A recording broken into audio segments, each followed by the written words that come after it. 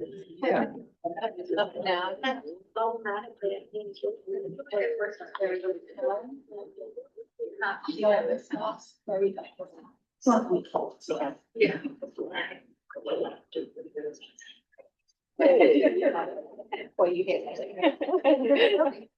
Perfect. All right.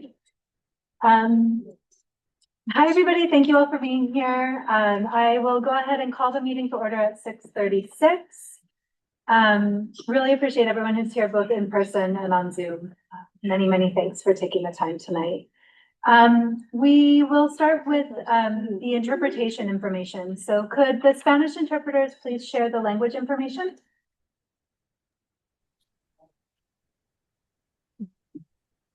Hello, can you hear me?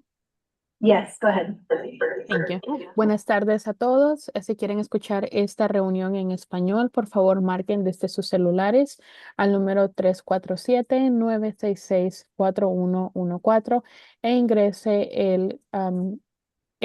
el número de conferencia 610-414-77 seguida del símbolo de numeral. De nuevo, pueden marcar desde sus celulares al número 347-966-4114 e ingresar el código de conferencia 610-414-77 seguida del símbolo de numeral. Muchas gracias.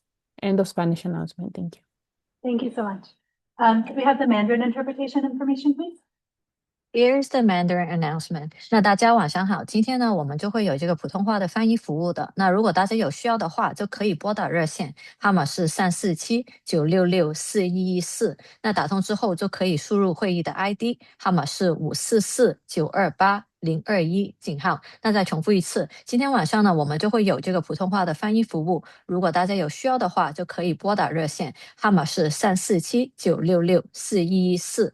那打通之后就可以输入会议的 ID， 号码是544-928-021。谢谢。Mandarin announcement complete. Thank you. And the Bangla interpretation information, please. Thank you. The following message will be for our Bangla participants. শুভ সন্ধ্যা। আজকে যারা আপনার এই অনুষ্ঠানটি শুনতে চান বাংলায়, সেক্ষেত্রে আপনাদের ফোন থেকে ডায়াল করতে হবে 347-966-4114। আমি আবার বলছি 347-966-4114 এই নাম্বারে ফোন করতে হবে এবং কনফারেন্স আইডি বা পিন চালিয়ে দিতে হবে 959-208-405 এবং হ্যাশ চিহ্ন। আবারও বলে দিচ্ছি, কনফারেন্স আইডি বা পিনটি হবে 959-208-405 এবং হ্যাশ চিহ্ন। আপনাদের কোনো প্রশ্ন থাকলে আপনারা আমাদের মধ্যে প্রশ্নটি করতে পারেন, অন্যথায় অনুগ্রহ করে মিউট করে রাখবেন। ধন্যবাদ। Thank you. Announcement complete. Thank you. Sorry, we're all just ironing out some Wi-Fi connectivity questions over here. Our parliamentarian is joining us virtually tonight. So Jonathan, do you mind reading the public comment protocol? Love to. Thank you. Tonight's in-person meeting will include a public comment period at the end of the meeting. When you comment, please comment on the topic, respect the privacy of others, and please do not include names of children or staff. Guests who make inappropriate comments will be removed from the meeting. During the public comment period, those attending virtually may raise their hand to comment or indicate in the chat that they would like to speak. Speakers will be called on one at a time and will be allowed 1 minute each for comment. We will hear as many speakers as the time allows. If you have a question outside this comment period, please signal it by raising your hand or writing it in the chat. If time permits, we will respond to these additional questions that arise at other times. It is possible that not every comment and/or question will be given time, in which case we encourage you to write to the CEC at cec15@schools.nyc.gov. CEC members will also be given a comment period. Members will be called upon and are each permitted 1 2-minute comment and/or question. Thank you. Kara, could you call the roll for us? Yep. Thank you. Councilmember Ana Maria Aguilar. Yes. Councilmember Angelica Cesario. Present. Councilmember Jonathan Davis. Present. Councilmember Ken Eby. Present. Councilmember Angelica Jadanandan. Present. Councilmember Basil Krimendahl. Councilmember Katina Rogers, Present. Councilmember Kim Wanless, She is attending virtually, so if we meet quorum, she'll be considered present. Councilmember Shingsa Shu, Councilmember Kara Zwirling Muller, present. We have quorum. Great. So Kim, you'll be able to vote on the Great. resolution. Okay. Great. All right. We would love to hear from Principal Willis, if you wouldn't mind coming and just saying a few words about the school. Talking to that or? Yeah, wherever you feel comfortable. I mean, the microphones are up here, so people will be able to see and hear you as long as you're nearby, but we've also got folks here, so. Hi, everyone.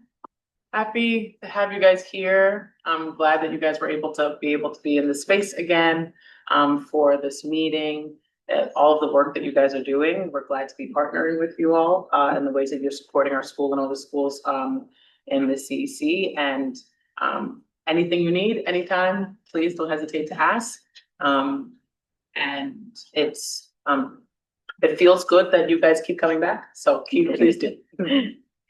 Thank you. Thank you, everybody. It's really been a pleasure to work with you. I had the chance to come and visit the school maybe a month or two ago.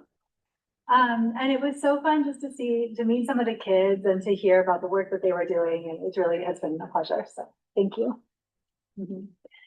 All right. So thank you again, everybody, for being here tonight. I am really happy to be at PS 456, not least because of all of the reasons that Principal Willis mentioned. It's been a really strong partnership. But also community members from the school have been really active in our budding working groups. I have been participating in the operations and infrastructure working group. And I know there are folks here this evening who have been a part of that group as well. For those of us who are joining us in person and who may not be part of the 456 community, you may have noticed the very busy streets and intersections all around the school. You might have noticed the intensive construction work adjacent to the building. What you might not know is that because the school is not zoned, it's drawing kids from all across Brooklyn, but there's no bus routes to make sure that those kids can get here safely and on time.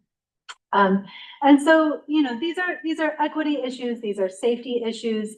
The challenges that face kids and families at 456 are particular to this school, but transportation affects families every single day, all across the city. It's not just busing, it's crossing guards, it's busing for general education, busing for special education, it's access to Omni cards. All these things we know make material differences in whether kids can get to school safely and on time and whether parents can reliably get to work.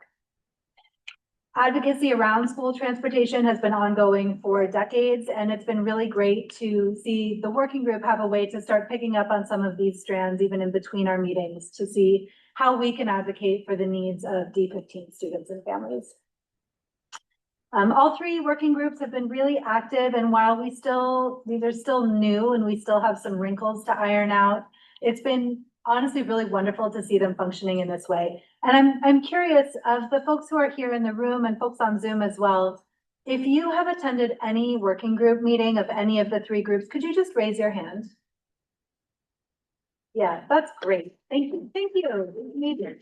And I see folks on Zoom as well. So this is exactly what we were hoping for, is to be able to make sure that people had a way of sharing their voices and being a part of the conversations that happen to move these meetings along. We know that the monthly CEC meetings, they're very scripted, they're very formal. They don't always feel like the most welcoming space, even though we really want them to be. And so we're hoping that these are some other ways that we can start working together in productive ways for all of our kids. Let's see, a few other things that you can expect, particularly during the business portion of tonight's meeting. First, we are going to be discussing a resolution on AI that has been brought forward again by the working group on instruction and programming, partly in response to the preliminary guidelines that New York City Public Schools recently launched. We will also share updates from what each of the working groups has been addressing.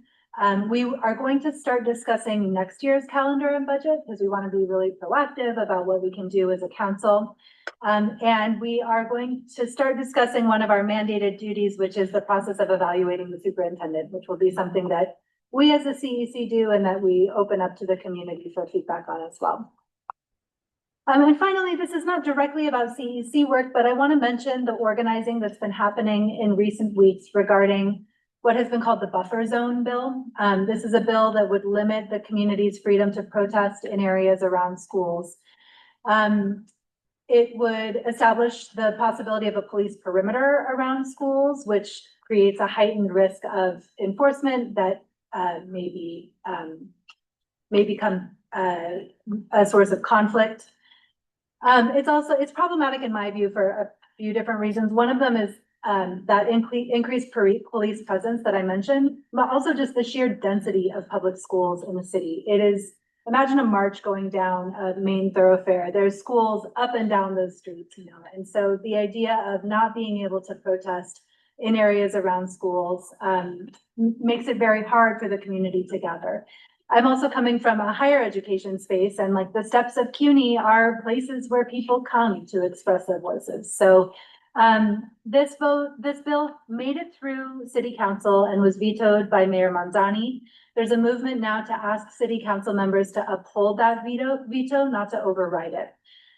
If you are interested in supporting those efforts, there's going to be a rally at City Hall this Thursday at noon. And I'll drop a link with a little more information to that into the Zoom chat for folks who are joining us online. So thank you all again for your ongoing engagement, and I'll pass it over to Superintendent Alvarez for your presentation. Oh yeah, sure, thanks. When you're ready.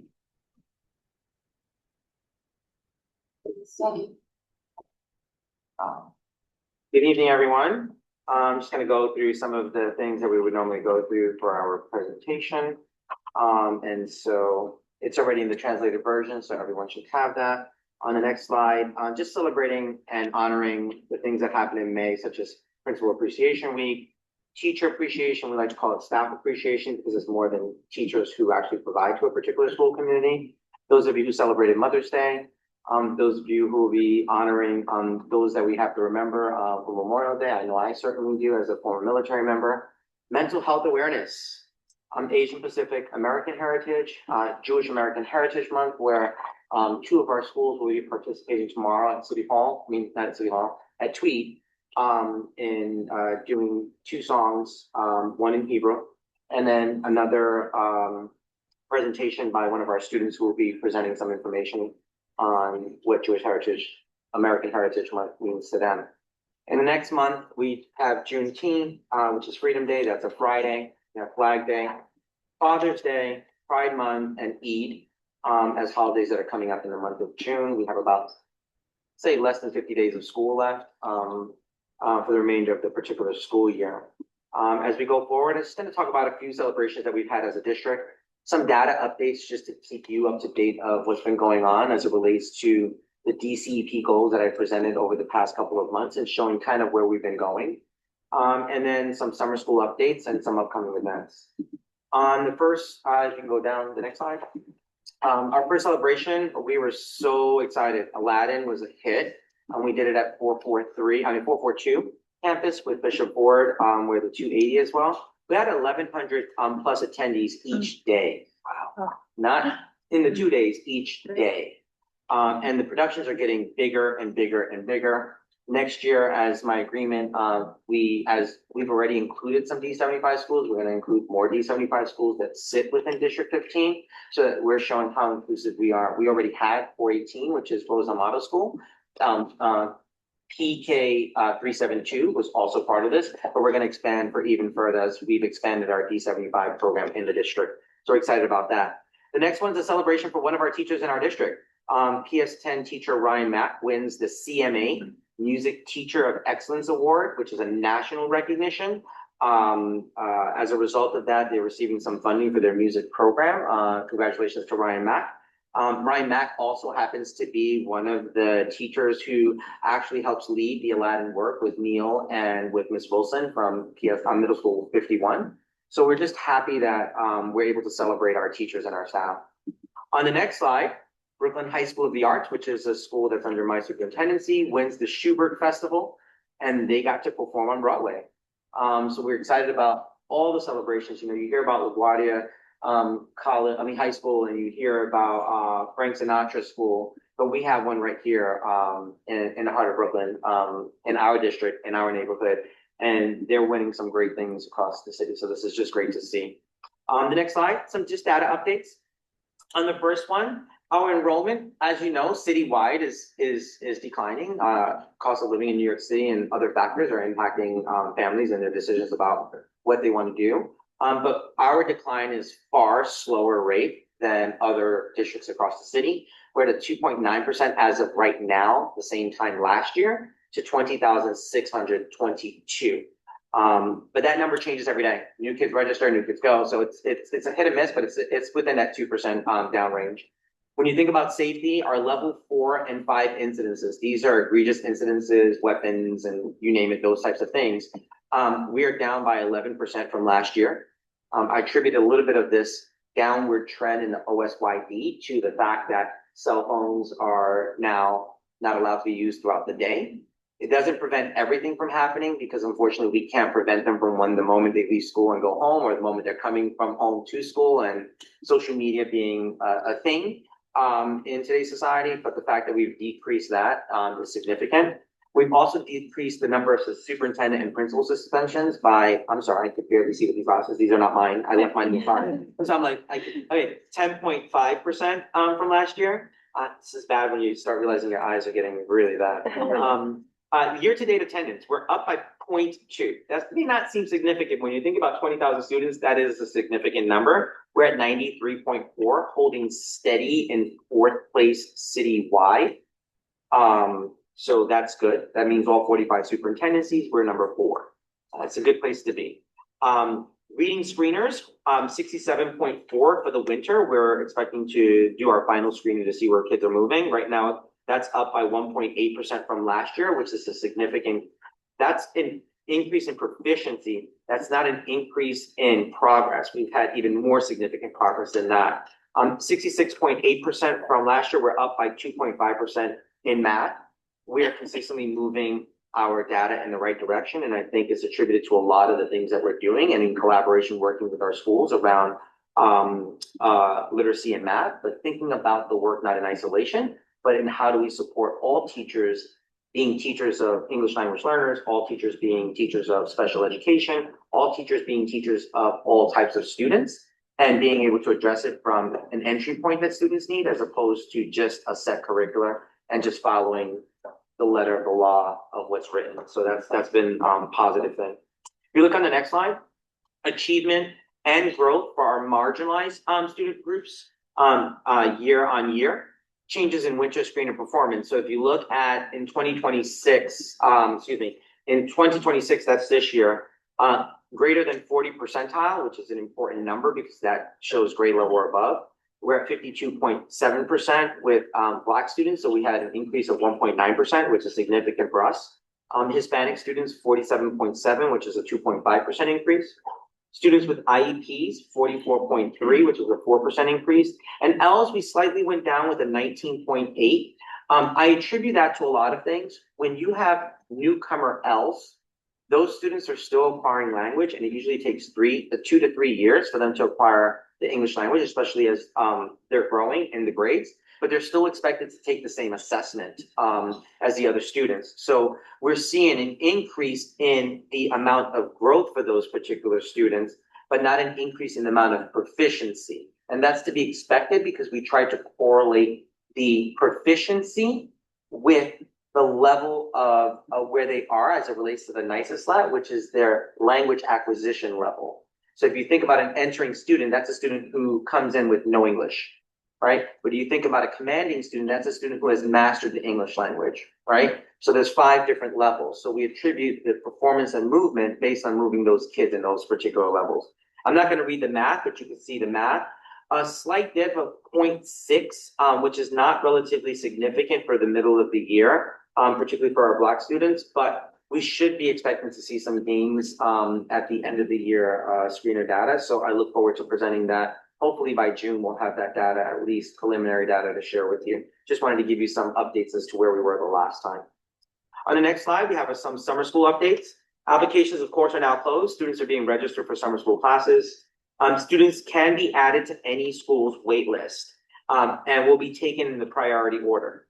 Wait lists will be active throughout the entire summer. So if somebody decides to go, they decide they're not coming, families accept the placement, and then the summer comes and they decide to go on a vacation or decide you're not going or whatever the things are, they move. There's so many different variables that will still be open for students. So July 1st is summer school begins for K-8 schools, and Summer Rising will be closed in observance of Independence Day on July 3rd instead. And then August 7th, Summer Rising ends for middle school students, and the last day for academics for them is August 6th. August 14th is Summer Rising ends for elementary schools. The last day for academics is August 6th. So they end August 6th, and then the following week, it's a week of Summer Rising with the DYCD CDO programs, which is Division of Youth and Community Development. And then the CBOs is community-based organizations that are running the programs when the schools are not running the programs, after school programs, if you will. Most families are used to it being called after school programs. As we think about upcoming events, we're committed to our STEAM Exploration Day. We're excited about this day. Students go to New York City Harbor School, which is the high school harbor school on Governor's Island, and work with a bunch of scientists on different experiments and different levels of sciences so that they're being exposed to multiple aspects of science and exploration and discovery. A lot of the kids love going to this. The numbers keep increasing every year. I just want to thank Neil Singh, who kind of leads that type of work. On the next slide, you'll see family workshops and New York City Kids Rise workshops. These workshops are going to be presented because in our district comprehensive education plan, one of the things we're recognizing is that families often want to be spoken to in their native language instead of English being translated into other languages like Spanish, Chinese, Bangla, and Mandarin, Chinese, Spanish, and am I missing one? Arabic, thank you. For our district, right? And so what we're trying to do is provide workshops that are spoken in the native language of those particular families in certain neighborhoods so that it feels first nature and not second nature. I just want everybody to think about for a second, if you had to sit in on a meeting that was conducted in Chinese and you having to listen to it in English after it was presented in Chinese. So we want to be able to make sure that we're honoring and understanding our community. As we continue to see that this is more and more of what we want, we will continue to add more of these workshops across our district. On the next slide. Why was the Save for College program created? This is not about whether you have money or don't have money. This is about making sure that we're investing in our children. This can align to your 529, which are private accounts that families have for their, well, private public accounts that families have for their children in terms of a savings program. Every single New York City student, whether you're a millionaire, a billionaire, economically disadvantaged, does not matter. Everyone has access to that particular money. The only thing that needs to happen is that families register. For our migrant community, they do not ask for your social security. They do not ask for any identifiable information that New York City Public Schools doesn't ask, because this is a New York City Public School thing. So they ask you for your OSIS number, not your social security. They ask for your date of birth, not your name, right? So there's 3 basic steps that have to happen to attach this money to that particular family, and that money continues to grow if families want to add to it, but at the very least, that money will continue. And I want to shout out the Red Hook community and our not-for-profit organizations in Red Hook who have gone the extra step of ensuring that our most marginalized population has, instead of $100 starting amount, that they have $1,000 starting amount to be able to give them some equitable access to gain benefits over time with that money. And at 18, guess what they get to do? They get to cash in that money to be able to use for college, for books, for whatever they're going to need in that transition phase, whether they go to a CTE program, whatever it is that they're going to be. And that's their money. All parents have to do is just register. And so if you look at the next slide, these are the 3 things that they're completing. Their zip code that's aligned to the zip code that they use for school. So if you live in 11201, and in particularly when we think about BNS, which is 456 here, there are some parents who I know come from Canarsie. They put their home zip code They enter the child's date of birth, and they enter their child's 9-digit student ID number. You can get that from your NISCA online. If you don't have that, your parent coordinator or any secretary at a school can get you that information. That information is our way of identifying your child without having to use a social security number to protect them from anybody being able to get their information, which is why New York City Public Schools doesn't use social security number. So we want parents, especially our migrant families, to understand this will benefit them long term. This is not information that can be tracked by any federal agency. Just want to be clear on that, because I know that there's been a lot of concern with that. And then the second concern with this has been our affluent families thinking that they're taking away from less fortunate students. If anything, you're taking away from your own child, because if you don't access it, the money gets lost. It doesn't get redistributed to more needy students. And I just want to put this out there. We're in a inflation time period. We have rising prices across our country nationally, and based on the things that are happening internationally, things are getting more difficult even for our middle class and high income families. This could be something that benefits long term later on. Maybe not now, maybe not in the moment, but can be later on. So we want to make sure that everyone registers for this for the benefit of your own child as they get older. With that being said, I think that's it. Great. Short today. Thank you. Thank you. My brevity is working. So we will open it up to questions or comments from people either on the Zoom with us or here in person. Anybody have any questions or comments for the superintendent? Yes. Hi, my name is Queen. I'm a parent here at 456.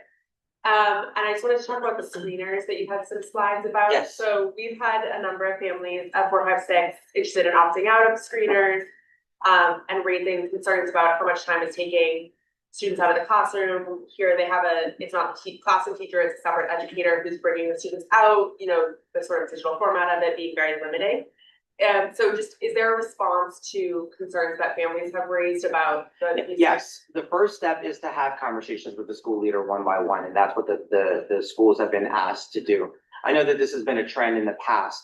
There's no way that if we don't assess in this particular way, which is only 3 times a year for students, that we don't identify what gaps we're seeing and trends we're seeing as a district. The reason why we're able to increase the amount of students that are being able to read and be proficient in mathematics, especially the most marginalized students, is because we're able to now identify where the gaps are as a district and by individual school. This data helps not only us provide support to the school, but also provide individual support to students. For long periods of time, especially schools that have a tendency to opt out of this type of assessment, what it does is it doesn't allow us to see where the gaps are and why certain students aren't moving. Historically, the schools that have a tendency to do the opt-out has an influx of a mixture of families and communities. So they may have some affluent families and community members, and they may have some less affluent families or economically disadvantaged families. Oftentimes what we're seeing, and I've been to several schools where I actually physically see this myself and I give this feedback to principals, what we're seeing is that the most marginalized students are struggling the most. And what happens is they're surrounded by students who are not as marginalized as they are, and they have a tendency to pick up or feed off of what the other student might be doing. As a result of that, sometimes we fail to see that there's a gap that a student hasn't been learning to read over periods of time because we're not able to manage or monitor what's actually happening with the student.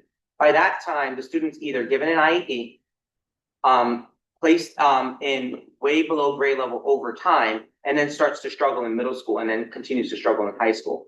Oftentimes for the most marginalized students. Now let's be honest. Some of our affluent students are not going to have that issue. They're going to continue to make progress. But it doesn't help us as a system to determine how do we support schools and teachers and students if we don't have that information to be able to make some informed decisions about data and not our personal feelings about what is or is not happening in a classroom. If we step back for just a second, we're also thinking about the level of capacity that teachers have. We have ranges of teachers. You can have a 20-year teacher who's still struggling, or you can have a 20-year teacher who has mastered teaching. Same contrary to the other side, as you have newer teachers, how do you help develop the teachers in knowing what's best to support the students if you don't have the data to help you understand what actual students need? And how I support this teacher who might struggle or have difficulty in teaching in a particular way or a particular topic.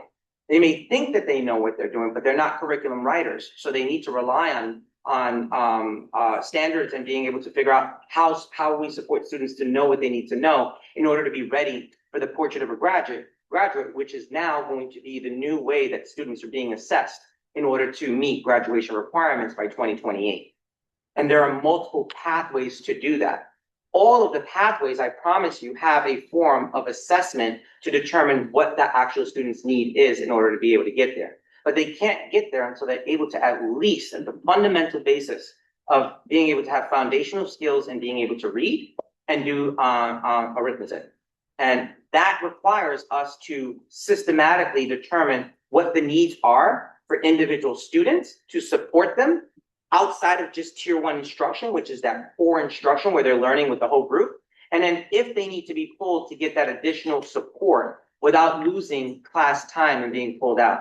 I'm a little concerned about them constantly being pulled out. So I would love to discuss that further at a different time, not at this forum, because this is about an individual school. And I'd be more than happy to have that conversation with the school leader and their SLT or their PAPTA going forward as it relates to that.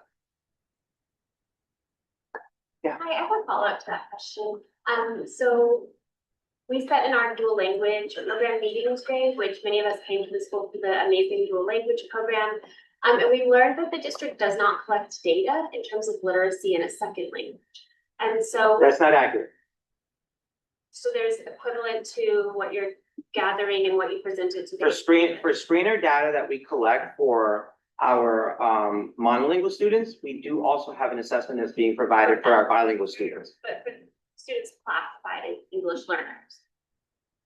No, that's not what I'm talking about. We have dual language schools across our district. Many of our dual language schools assess in the native language as well, and the other language as well, to see if where kids' proficiency is to develop that skill. So the same thing that we're doing in the English, we also do in the Spanish at multiple, not Spanish, but in other languages in other of our schools. Yes. The screener data that you presented was. That screener data was just the monolingual. Yes. Okay. Our dual language schools assess slightly differently for the language proficiency in the second language that's being studied. So whether that's Chinese, whether that's Spanish, and whether it's French. So how can we learn more about that? Yeah, I can work with you. This is 456, so I can definitely have conversations with Principal Willis Johnson to think about what that looks like for next year. I have connected her with already 2 principals in our district as she became a new leader of this school with 2 dual language schools. So you'll see, and Quinshaw's been there already as one of the CEC members. PS 94 is one school. PS 896 is another school. Both schools have Spanish and Chinese dual language. At those schools, they also provide an additional assessment to identify whether proficiency is happening in the other language that they're learning. So be more than happy to set some conversations up about furthering that conversation. Ladies, if you guys can just let the 2 principals know and coordinate with Malika so that they can have that meeting next week. And we also do portfolio assessment here, which is very much in line with the new portrait Yes. for graduate. So how is that assessment storytelling being told as part of kind of the district level? So right now, we have not been collecting that data yet as a district. This year, we do the project-based learning across the district, and we've been engaging for the past 3 years in schools implementing project-based learning in the different units within the curricula that they're already using. So whether it's a Wit and Wisdom school or an HMH school, the projects are aligned to the curricula that they're already doing. The project-based learning assessment that's being provided, we have been working with Mr. McDowell in thinking about how do we support in moving towards that direction. And as a district, we're trying to collect which direction we're going to go as a district to ensure that the different schools are providing those particular supports to start meeting portrait of a graduate. So we're already starting to think about those 6 different criteria for portrait of a graduate and what does that look like in our schools. For example, across the district, we have public speaking, which is the urban debate league, right? Kids are competing in that. That's one format. Our middle schools are engaging a lot more in research because that's another format that's going to support. We've been working on doing some forms of internships with some of our middle school students and especially our high schools that are already starting that particular process and direction. Some of our middle schools have been moving to a CTE style. For example, our Harvard Middle School that's already doing some of that particular work to start engaging.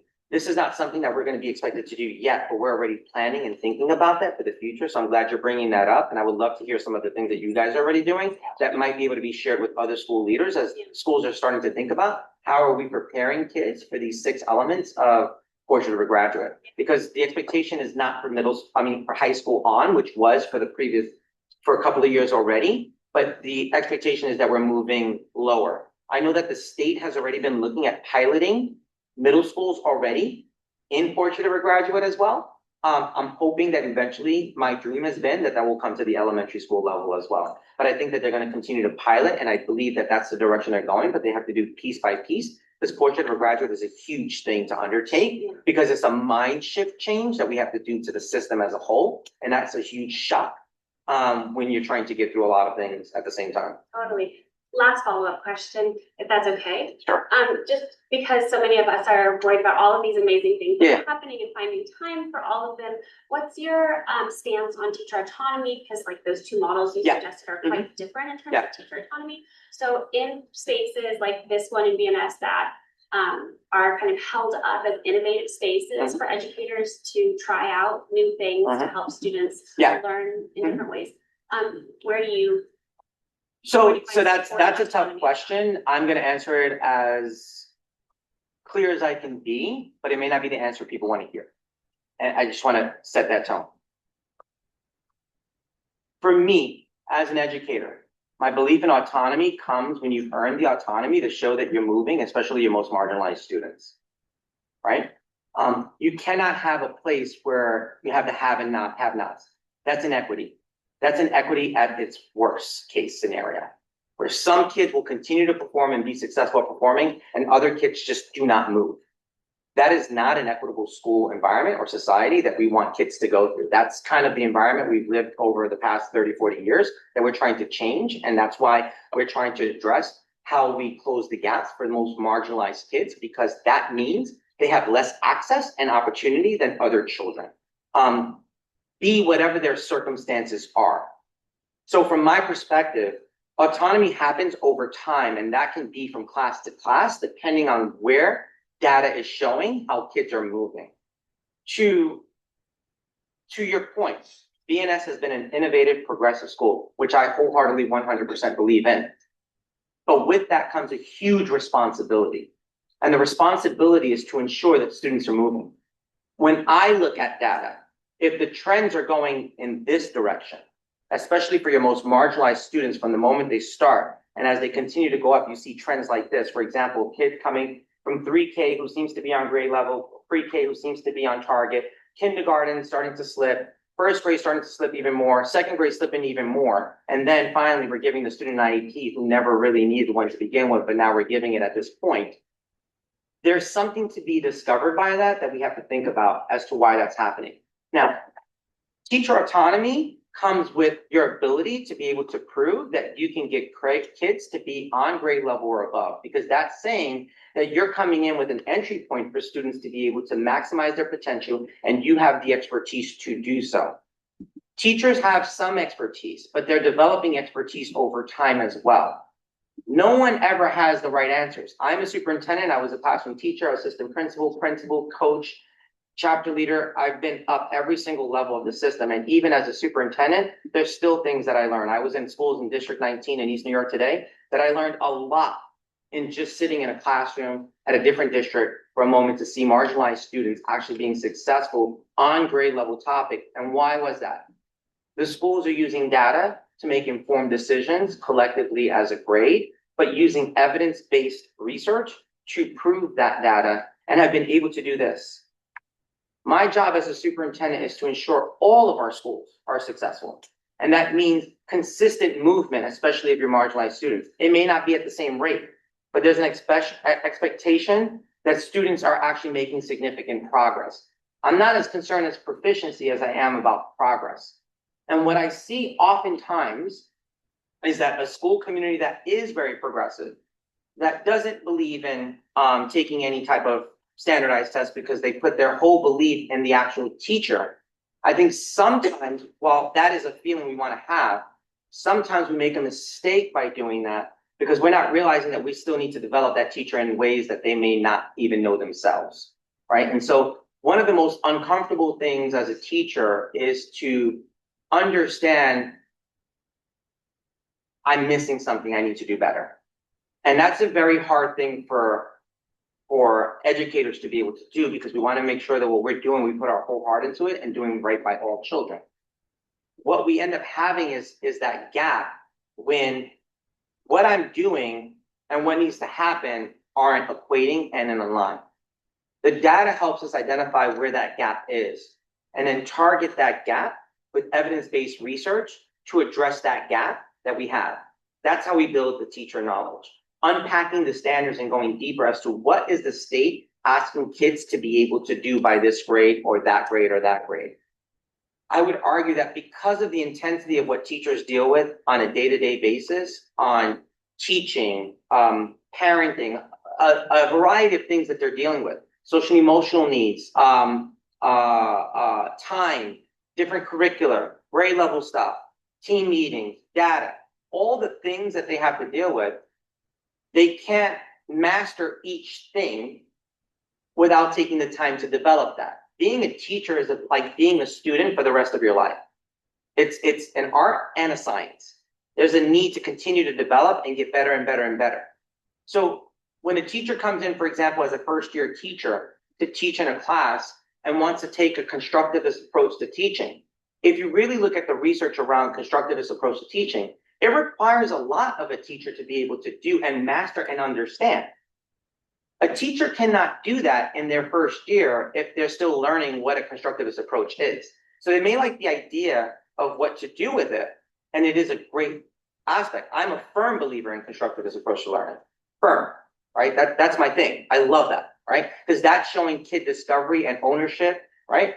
But at the same time, we have to be responsible in ensuring that the kids have those foundational skills necessary to have the prior knowledge and the schema to be able to engage in whatever those conversations are over time.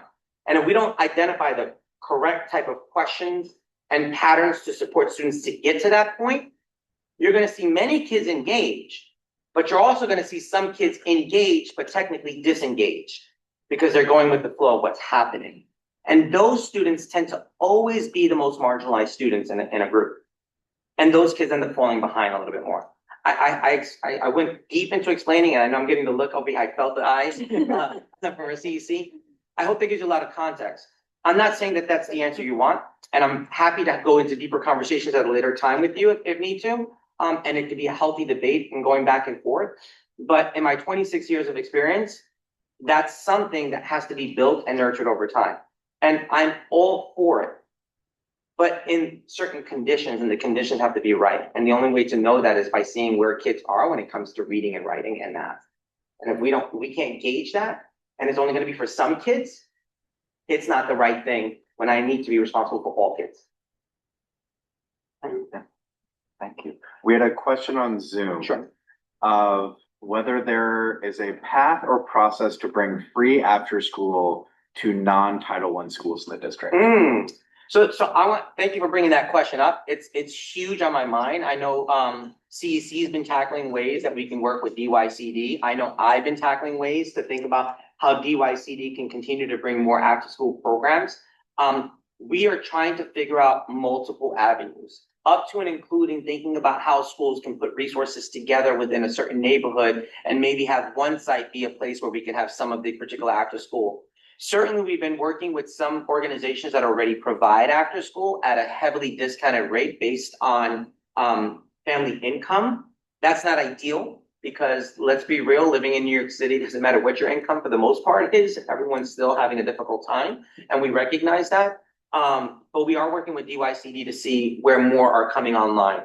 As a result of that work, we were able to get 2 last year. There's supposed to be 1 additional one happening this year. And I'm trying to get one for next year under the previous RFP, which is the process in which the city goes to get funding to be able to provide for these after school programs. And then we have some schools that have them already, But they're paid after-school programs. And so depending on what school you're in, I know some non-Title I schools like PS10 offer after-school programs, and the rate for parents is based on income and other variables that allows families to be able to give what they can afford within price range to be able to provide after-school programs. And we know that other schools are doing similar things as well with some not-for-profit organizations that apply for grants, get some money and divvy it up in a way that helps families pay less.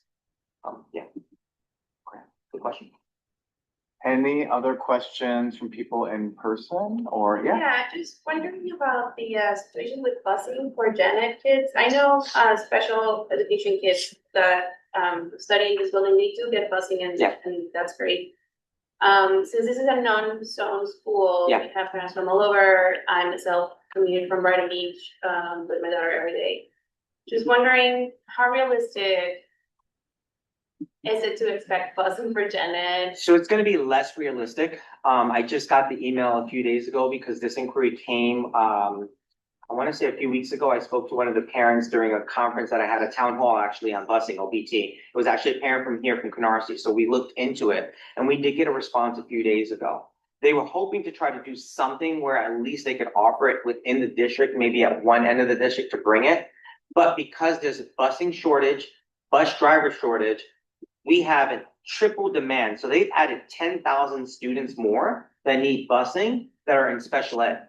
So the prioritization is going to be those special needs students. And because this is a non-zone school, the answer is, and it's not an answer you want to hear, but this is a reality, parents who choose the school to go to a non-zone school are making the decision to be able to come to the school. And so we try to find a way where we can get a busing route that might be able to pick students up at a particular location, maybe like a large group of students, but the reality is that's not going to be possible.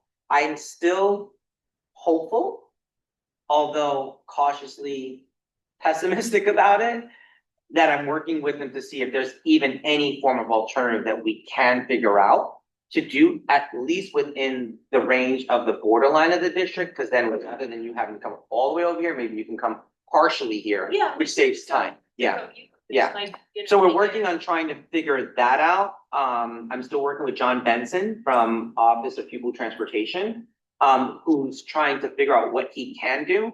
But as of right now, there's not anything that they can think of as we have to provide 10,000 additional students next year, in September with busing, and we have a shortage of bus drivers citywide. So this is a priority for special education Correct. students.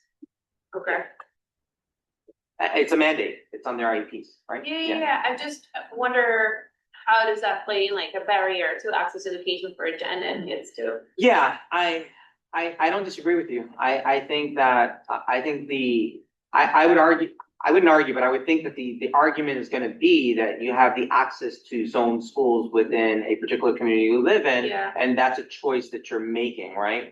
Sort of like with the middle schools and then also with the high schools, which we have. I mean, this Right. is the only city that does that, right? You go anywhere else, you're gonna go to whatever you're zoned to, and so we try to provide more opportunity. The reason why I unzoned this particular school, it is in the heart of downtown Brooklyn. So the idea was we wanted to have more integration here, but also families that may work in the community, might work in the neighborhood. This would be an access school for those particular families. But we saw that more parents wanted from outside of this district, this school, and we're happy that you're happy and you're here with us. I can look more into it. Say again? And helping with those enrollment numbers. Yes.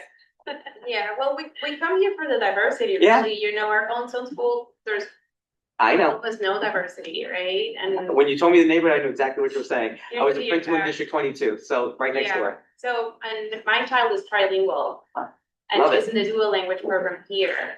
So, yeah, I feel like, This is the right fit for you. yeah, it's just a big effort, you know? Yeah, It's a it big is. sacrifice for us and it eats up a lot of our time and we just have to make a lot of like concessions in other places in Yeah. our life I- to be able to benefit. Have you guys been getting any support with Omni cards? Yeah. Okay, I just want to at least make sure that's there. Yeah, That's at least one less barrier. yeah, that's something that. Not that we- it's the answer. We received timely last year, right? Yes, at the beginning. Okay, Yeah, no complaints about that. It's All right. just, we're very willing to commute to a closer spot that is convenient. I am aware of all the issues with busing. Yeah, and I'll look into it again. If we could just check with John to see what, I know what his response was, to see if there's anything that could be done at the end of the district at the very least, so that families can actually get to that location, as opposed to having to get to this location, which might take an extra 20, 30 minutes. Yeah, thank you. Okay, yeah. Great. Angelica, did you want to add the follow-up question to that or no? I put it in the Zoom. Okay. Yeah. Oh, got it. Sorry, you were. just- Oh, no, that Yeah, I wasn't was my like, you were question. following No, I up was again. yeah. Okay, that's what I thought. Okay. Any other comments or questions from people on Zoom or here in person? You Sorry, see, you can't, or- we're gonna go to council members just a second. so- Yeah. Oh, okay, okay. Yeah, I wrote a note to you in there, Kim, but you may have missed it. Hi, Kim. And is there anybody on any of the translation lines with a comment or question?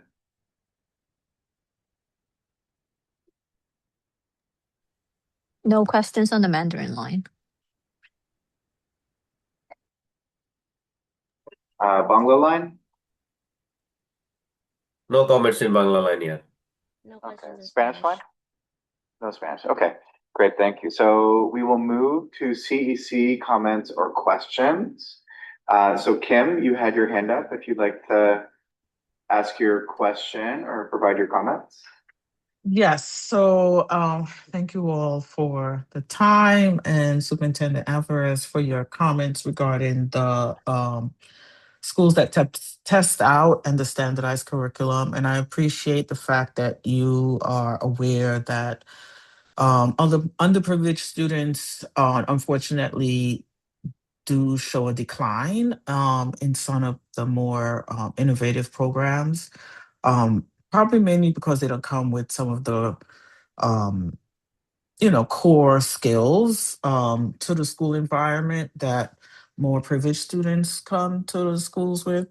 But I'm wondering, and our actually working group have been having conversations around how we can provide a balance for parents in the community. I too, just like another parent who spoke earlier, am out of district and chose Brooklyn New School because of their innovative curriculum.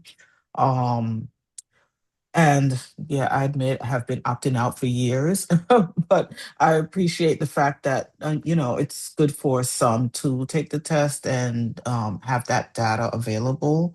But is there a way, and to what extent should the district provide the training to teachers to have the balance between some innovative curricula, whether it's project-based learning or teacher-created curricula, as well as have some skills-based and mandated curriculum Yeah. available? So I'm gonna say no to teacher-created curricula because teachers are not curriculum writers. They did not go to school for curriculum writing. They went to school to be able to teach the curricula and to be able to engage in pedagogical approaches to curricula and development of students through that. To be a curriculum writer is really going through a PhD program, going through actually being certified to be able to do so. That's the reality. We may not agree with it, but that's the reality. But as it relates to project-based learning, absolutely, teachers are encouraged to do that work within the curricula that they have. The curricula is not, for me, expected to be taught direct fidelity from bit to bit to bit to bit to bit. The curricula was designed to be able to give you the access to be able to teach what's expected in alignment to the standard, but teacher input is critically important to that. The types of questions teachers ask, the data collected. I think what's happening is that some schools are not liking the data choices that the city made in terms of what assessments were going to be provided. So if I'm being frank, when I think about Brooklyn New School, when I've gone to the school, I ask about the screener data and I get that information. And then I get, but we've also assessed in this and this and this. And that's where the additional assessments come in. We're not asking for the 6 or 7 additional assessments. We just ask for the 3 screeners a year. No one's asked for more than that, but more is being placed on there from the school's level decision to go deeper or to go further. What we have suggested is only go further with the students that you think need the deeper assessment to go into the granular pieces of what they might need. but it's not something that Mhm. should be done blanketed for all kids, because not all kids need that. And that's the example of what I said about going to the entry points of where students are. So, but schools, the reality is schools are doing that. So like, and this is an example of one school that does that. They have multiple assessments that they use at the school level that they find is more accurate to determining what students can and cannot do. That's a choice that the school is making. That's not a choice that the district is asking them to do to give an additional assessment. That's the school deciding they want to do an additional assessment. That's not ones that were from the actual district level. So, so I just want to be clear on that. But we are certainly a project-based learning district. I expect it, I implore it. Brooklyn New School, I was working with them in curriculum when I was a teacher, writing the units in social studies around the American Revolution, the China unit that was developed way back in the day. I was a part of that. I was part of the Teaching for American History grant. I was one of those teachers working with Linda Harris, for those of you who know from BNS, who actually developed that curricula, because we had to go to school to learn how to develop curricula and support in the writing of the curricula with curriculum experts that met with us after school 3 days a week, 6 hours a week, to plan units. For one unit, we took a whole year to write just one unit collectively together with a curriculum expert writer who walked us through the process on how to write that curricula. So Kim, I'm with you. I'm 100% on board with you. It comes. I just want the consideration that teachers are doing this on their own, administrators are supporting them. To what extent can the district do? And it's just a reflective question. Yeah. As we move Yeah, forward. Yeah. Certainly we can have McDowell, who is the guru on project-based learning, who's been working with the district through the LTG grant that we have. We can certainly have him work in partnership with VNS and seeing how they can use him, who's a curriculum expert, in supporting that school with their project-based learning initiatives in alignment to the units of study that exist. We can certainly do that. I can work on having that planning for possibly for next year. BNS being part of the school that's a part of it with Diane Castellucci. And our grant is currently training teachers across all of our schools, and they're working with Michael McDowell. Yeah, well, I should have noted that first. I'm sorry about that. We do have an LTG grant, which is a state grant that afforded us the opportunity to provide these particular services. Project-based learning is one of the things that we've offered. And every school, because we're a project-based learning district, has teachers who are coming in to work with McDowell and learning how to actually do that. But if we have to go a little bit further with BNS because they're at a different level as it relates to project-based learning work, we can certainly do that, Ken, for sure. Okay, thank you. What I'll do is I'll also invite you into those emails, Kim, so that you're part of knowing what's going on. And as a parent that goes to the school, you can be a part of the process as well. Okay, great. Thank you. Sound good? And I know you spoke to Valerie Mahasi on my team. Yes, I did. Yeah, we had a good meeting. So you have a lot of the context of how the district is supporting every school with project-based learning. Right. Okay. Thank you. Mm-hmm. Sure. Okay, any other CEC? Yeah, Jingsha? I want questions. 当有一些学校想要申请学前班的话，他们该怎么做呢？因为我了解到，就是目前现在外面很多学校都开了幼儿园嘛，导致我们学区的学校很多都这不够，就是选择了去外面的学校。就是我想问。如果某一些学校他想要申请就是 PK 的话，该怎么去注册？ So I know many schools have pre-K classes. So many parents enroll in those schools want to know how about here? What's the qualification to apply for pre-K classes? To second pre-K classes? I'm sorry, repeat that again. What's the qualification for a school to have pre-K classes? So thank you for that. That's a good question. I still can't understand early childhood's decision-making around certain aspects of how they fully decide, but the context of what I know. So number one, it's based on the number of applications in zip codes, primarily because New York City Public Schools early childhood education has to be separated from K to 12. I just want to get that context first. It's complicated to understand, but New York State recognizes schooling as K to 12. Anything before that is considered early childhood, or rather universal pre-K. Separate funding sources, separate monies, separate requirements by the state, separate expectations for programming. That's the first part. The second part to that is we have pre-Ks in our district that are funded through early childhood programming that are not in schools. Many daycares out there that say pre-K for all, that's part of New York City's public school funding for early childhood. Those are also programs that are equally as important as the programs that are in schools. We recognize that parents prefer the programs that are in the schools because it makes it a lot easier when you have more than one child, one being a first grader or a second grader and one being a pre-K, to be in the same site and a parent not having to run to 2 different sites to provide. But the reason why this has been happening is based on zip code. So they identify what's the need by zip code, and then they identify schools that already have those particular classes based on numbers from the past, and then determine if additional seats need to be added. The monkey wrench that's been thrown in now is class size reduction. We can't make room for early childhood seats without addressing the law, which is class size first. We haven't really done that much with that yet until recently, and probably next year as we get closer to the year that we are required to be at 100% compliance with all schools in New York City public schools for class size reduction. Over time, we're going to be stopping to put 3K and pre-K in buildings specifically that are already maxed out, where we're going to have to make room to spread and use those rooms for class size reduction. So a lot in the news you've been hearing, for example, I think the article was yesterday, 129 Van Brunt Street. Some news to come on that. That's all I'm going to say. But we just recently opened the one on Atlantic Avenue that's going to have 3 3Ks and 1 pre-K for next year. And so we continue to expand based on zip code and seat need. So we're adding 3K and pre-K classes, but they're less likely to add 3K and pre-K to existing school buildings, because those school buildings, we have to find a way to retrofit them for class size reduction.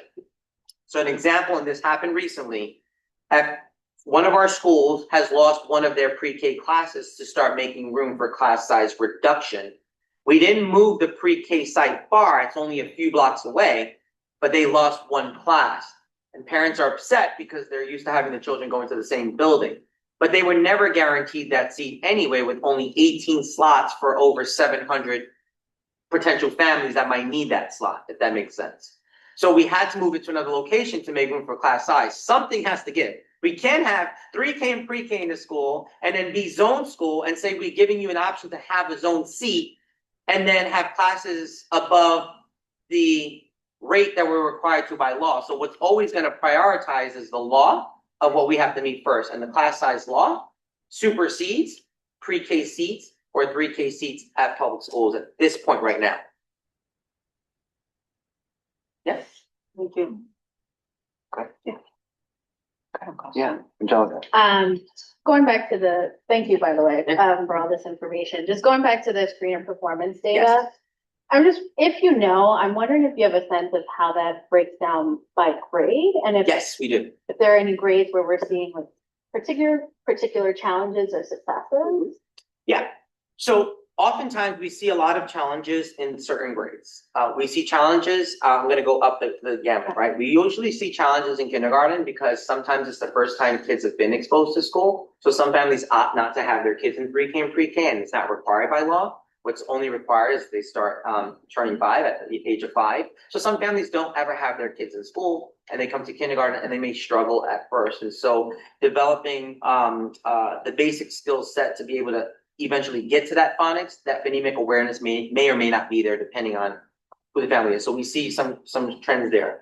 Then once they go from kindergarten to first grade, because of learning lost time that students might not be learning throughout the summer, especially for a kindergartner who has a smaller retention span than, for example, a 4th or 5th grader, they end up losing a little bit more if they're not practicing those skills. So in the beginning of the year, we often see a dip in first grade. So we put a lot of emphasis in first and second grade because kids have to be able to read by the end of second grade in order to be successful with the expectations in grades 3 through 12. Then we also see another dip slightly in fifth grade because it gets more complex in the level of evidence that they have to be able to, for example, support a claim. In third grade, they have to do the same standard. But by fifth grade, they have to go deeper into the reason or the stronger piece of evidence. So in third grade, they can give 2 pieces of evidence, for example, to support a claim. But by fifth grade, they have to give the best examples to support the claim. You see the hierarchy of how that goes? And then the text is more complex, right? So harder vocabulary, more symbolism or figurative language involved in it. So we see a little bit of dip in that. And then we go into 8th grade, and not in ELA, but in math, we see a slight dip. But I'm happy to report that the only reason why we see a slight dip in math is because more of our students in this district actually take the algebra exam. So very few students take the 8th grade exam because they don't have to take both. They take one or the other. Right? And so most of our kids take the algebra and do not take the 8th grade math test. So you have a smaller pool of students that are being assessed. So it's hard for me to gauge how our 8th graders are really doing because my pool is a lot smaller. So I don't really get a sense of if it's whether they got a learning dip from 7th to 8th grade, or if the reality is because the majority of the kids who were able to take the Algebra for All test took it, and the kids who struggled with math already were the only ones who took the 8th grade math test, because the 8th grade math test is much simpler than the algebra test, if that makes sense. You see what, so like, but thank you for that, because that's the trends that we see in both ELA and mathematics. And then when it comes to the student groups, because I'm sure that's your next question, right? We see that dip for some of our Black students and our L students. Primarily our Ls, we do see an increase in math over ELA, but that's because the English language arts test is for English. The math test, they can take it in their native languages, and mathematics usually is universal. So students who speak a different language can still do the arithmetic and some of the things that are asked in the math, which is why we tend to see higher scores in math in our district than we do see in ELA. And then just as a follow-up, so are you seeing progression? The learning loss makes sense over the summer. Yes. So then are you seeing progression throughout the school year? Yes, so that's the stuff that we report to you every month when we're sharing you like screener desk. We start to see these patterns and trends of growth. I'm not interested in proficiency as much, because to me, you got to take a kid from where they are. If a kid's here, you're not going to get them to a level 4 if they're a level 1 that quickly. But can you move them from that level 1 closer to a level 2 and then closer to a level 3? That's what you want to see. You want to see that teaching is happening and progression is happening, that what teachers are doing in the classroom is actually effectively working for students. And the only way to manage and gauge that is to look at individual, for example, screener data that helps me see individual classrooms and what some patterns and trends might be. And sometimes I get the answer. Sometimes I go to school, why did this information dip? Teacher was out for 2 weeks for something. Okay, I can see that some learning loss because of a substitute may not have the same quality as a classroom teacher. First year teacher, well, what are you doing to support that first year teacher? What does training look like? That's what helps the district gauge how we support schools and providing the best support to classroom teachers. So the data is not an I got you or telling the school you're doing bad or what you're doing is not good. The data just helps us inform how do we support, because essentially that's what it's there for. It's to help us figure out how to support and move the work, because something's got to give. Any other CEC comments or questions? Ken? Yeah, and then Christina. Just to follow up on that, I think it's really important for them to understand this notion of assessment and why it's being done. There are schools that have a culture of, families opting out of assessments. So what are you doing to communicate the value to these? Yeah, so I've done listening tours, I've done town halls. We have presented that data at several town halls. We've had conversations with school leaders to have those conversations with their SOTs. We have trained them on how to do so. I'm happy to report, when I got here as a superintendent, we had about 84% of our kids using the screener data. By the way, 84%, and we were using 6 different screeners in the district. So I'm comparing apples to oranges and bananas. I can't tell you what, because each screener might look at things differently. We took a systematic approach and collaborative approach and engaging approach to which screeners we're going to use. Had I had it my way, it would have been other screeners than we currently use. The screeners that we currently use was a decision that was made thoughtfully over the course of a year, where school leaders came together from across the entire district of the 40 schools to actually look at all the screeners that were provided in the city, the pros and cons for each one of those, collaborative conversations with their communities, and then coming back and making an executive decision as a cohort of principals to say, this is what we think would be best for our school community as a district. And we landed on map growth for grades 3 through 8 and a cadence for grades K through 2 in ELA and math. And so systematically as a district, we have 2 screeners, K to 2 screener and a 3 to 8 screener.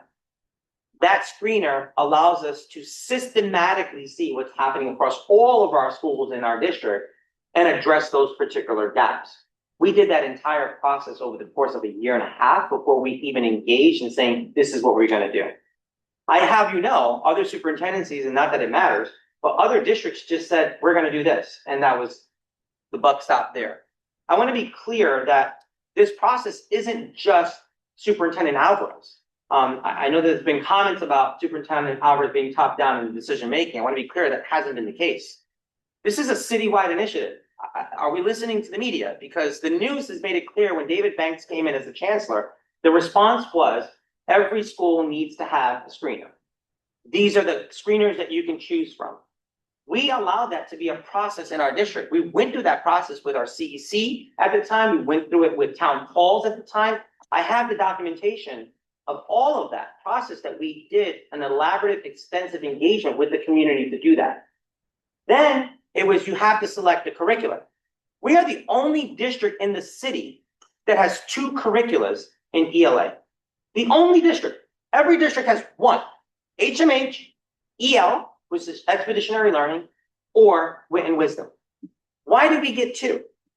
Through extensive engagement with the community and their concern of one size doesn't fit all, the extensive engagement that we had with school leaders, and talking about the pros and cons of the 2 particular programs, the 3 particular programs, I should say.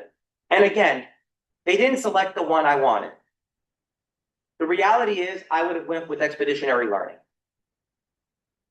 But I went with the decision of the district because it's not about me, it's about the community. And we were given a charge by our chancellor that we had to use a curricula that was aligned to the science of reading so that we can actually do this work. And what we're seeing across the city, since we've implemented the curriculum, whether you like it or not, is extensive gains in ELA and math year after year consistently. And what we've seen even more consistent is the reduction of marginalized students in the lower echelon and seeing increases in the most marginalized groups. So that means we're closing the opportunity gaps. So we're ensuring more Black and Brown, IEP students, English language learners, socially economically disadvantaged students, students in temporary housing, students in foster care programs, closing the gap academically. You can't argue with that particular data. As it relates to participation, we started off at 84% when I came in as a superintendent. We are now at 95 to 97%, teetering between 95 and 97%. We have been able to provide professional learning across the district extensively because now we have the data to help schools identify where they need to close those gaps for their actual individual school.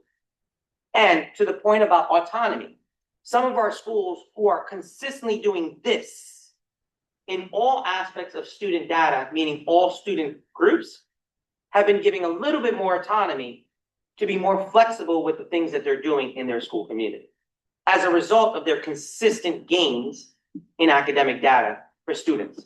Because I can't afford to let people try to figure it out and have marginalized students continue to fall behind the cracks. Because the reality is that the data shows By the time second grade comes, if they fall into the cracks, it's a lot harder to close the achievement gap for them. And as a superintendent, I can't afford for that to happen to the most marginalized kids in this district. And that's why we are where we are. But that doesn't mean that our district isn't allowed to have, I would argue that our district has a lot more autonomy than most other districts do.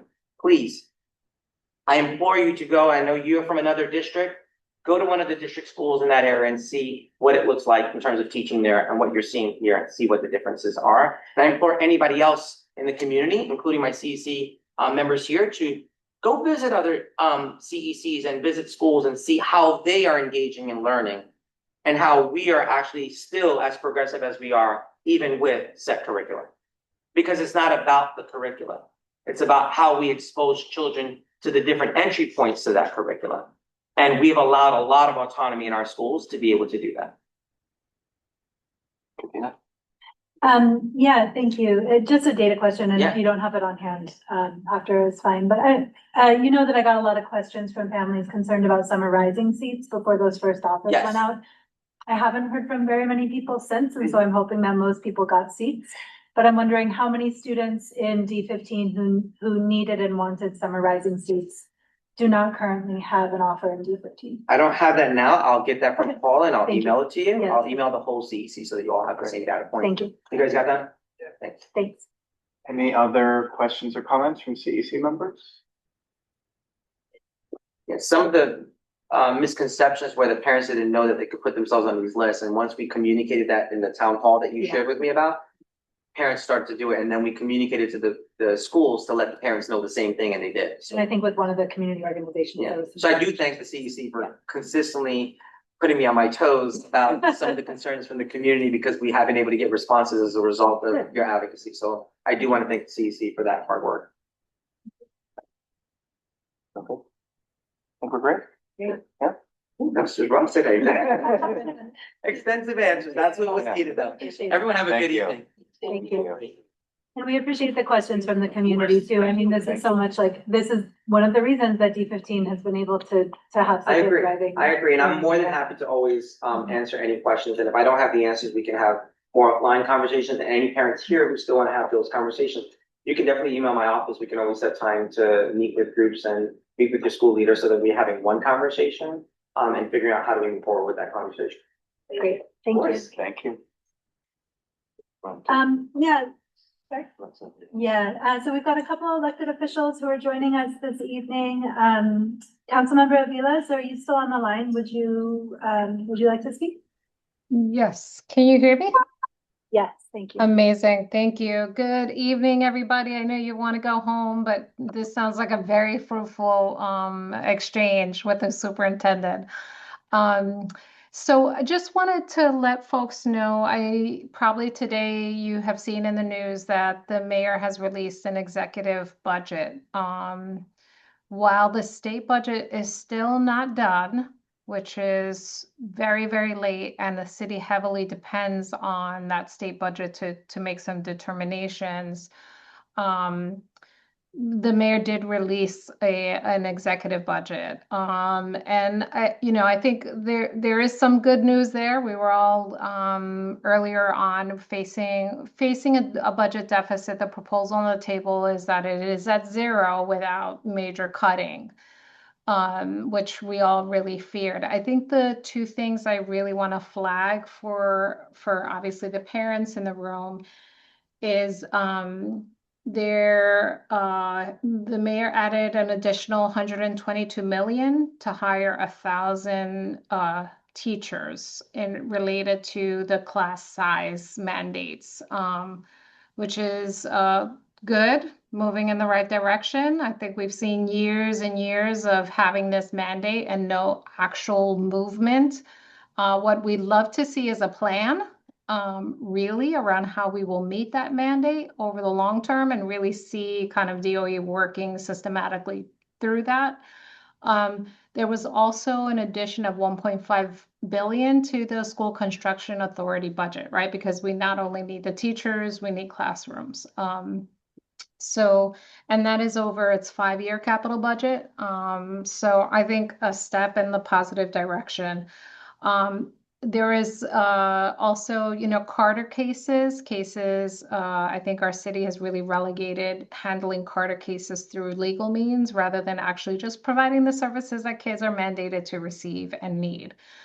They're making definitely some changes to that, and the mayor's proposal is really to significantly improve access to the services for the children rather than waiting for legal means, which are supremely more expensive, not good for our system.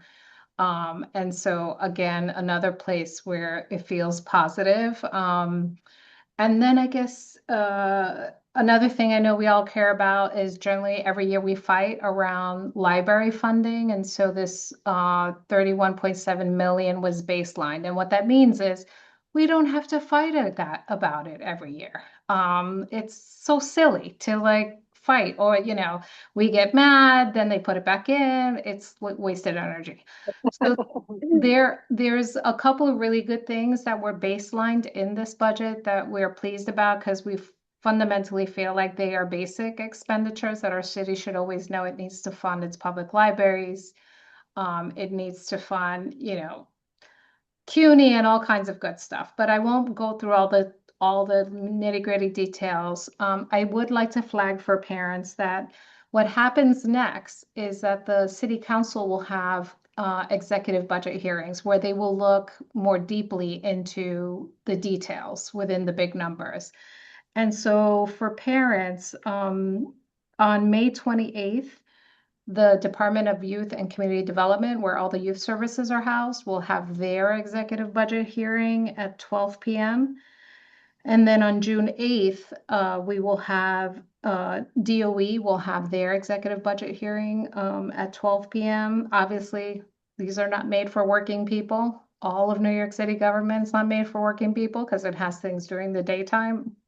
And I'm truly sorry about that, but I would like you to know if anybody wants to listen in or even just, get the video at some point and really hear what is happening during these sessions. It is very illuminating, and certainly if you want to submit like testimony, you can as public and reach out to your council members around the things you want to make sure we fight for and that we're paying attention to.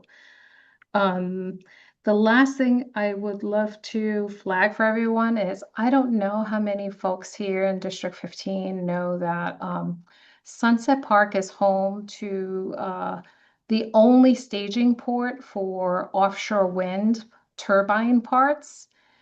This was a 15-year community fight. It's on the waterfront. It opened. We got our first turbine parts coming in from Europe just 2 days ago. These are gargantuan pieces, amazing. And there is an education center in Industry City called Windscape, and it is an incredible place. So I would encourage you, if you haven't heard about it, please go with your families, spread the word. Some of the kids that are docents there are actually Sunset Park High School students. They are renewable energy experts. It's a beautiful place, so please spread the word so everyone should be able to visit the center. It's really, really cool. And lastly, I think I'll leave it there. I know we're approaching graduation Graduation time is a very exciting time. We will again be offering all schools, citations for all the amazing students. But I think that I'll leave it there. I know you have had a long night. Thank you so much. Oh, and we have Oh, and we have so much on so our agenda still to go. Oh So my gosh. Well, I've droned on long enough. I appreciate you all. no, Let's no, see. no, no. I'm not. Sorry, it's me. I'm the problem. I thought you were into like a DJ vibe, right? No, Councilmember Aviles, thank you so much. Sorry, I was caught in a technological warp zone. There was a question in the chat about whether transcripts of those budget hearings are available after the fact. That's a great question. Generally, transcripts are available for all hearings, but there's a real lag time. There's a company that does it, and it's not going to be something that'll be done in a week. In fact, I'm not quite sure how long it will take, but I'm happy to follow up and let the CEC know, and you can let the parents totally. Thank you. And we really appreciate the glimpses of things that are happening elsewhere through the district that may not be on our, on our own horizon. So thank you so much for taking the time to be here tonight. We appreciate it. Yeah, and we're going to be talking about AI in a moment, and transcripts are one thing, for better or for worse, that AI does very well. I know that we also have Alicia Ray Miller from the Brooklyn Borough President's Office. Did you want to say something? Yes, and I will keep it very brief. Hi, everybody. My name's Alicia. I'm with the Brooklyn Borough President's Office. Normally you see Donovan. Today you will see me. Thank you for having me. Just a few short things. So we are working a lot to go and host Know Your Right campaigns in Sunset Park and for Brooklyn. So this Saturday, if anyone is interested, at Brooklyn Borough Hall, in partnership with Hands Off NYC, we're having a training for bystanders on how to interact with ICE officials. So please tune in for that. Information is on all of our socials, our website, if you'd like more information. We're also hosting Know Your Rights for people too who are undocumented. So there'll be more information of that coming up. Recently too, in response to what was happening at Wyckoff hospitals, in this month, our office, so the Brooklyn Borough President, along with other elected officials in Bushwick, released a statement and letter to Mayor Mamdani to go and outline more clearly how NYPD is able to interact with ICE, because there's strictly the policy that no city officials or city appointed body is able to interact with ICE. So wanting to outline more specifically what that looks like, as there was what could be seen as interaction between those two bodies. And finally, very education related, as Councilmember Avila said, we are coming up on graduation season. Very exciting. I'm going to put in the link for requesting graduation awards with our office. You're also able to go and request the borough president to go and come to the graduation, which is very exciting. Please do. And I will put my contact information in the chat. Thank you guys so much for creating the time, and it is wonderful to see everyone again.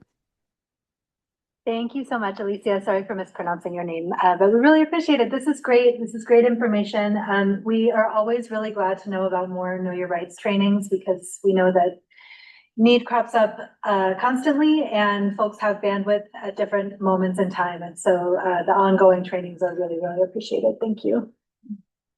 This is great. All right, I'm going to move to adjourn the calendar portion of this meeting and take a 5-minute bio break, and then come back for the business portion. Does that sound good? All right, everybody, we have someone have a second to adjourn. Second. Thank you. Great. All right, thanks. It's 8:03. We'll come back at 8:08 and get started on the calendar of business meeting. Sorry, guys. I need a break too. Yeah, we'll be right back. Okay. For folks who are in here in person, there's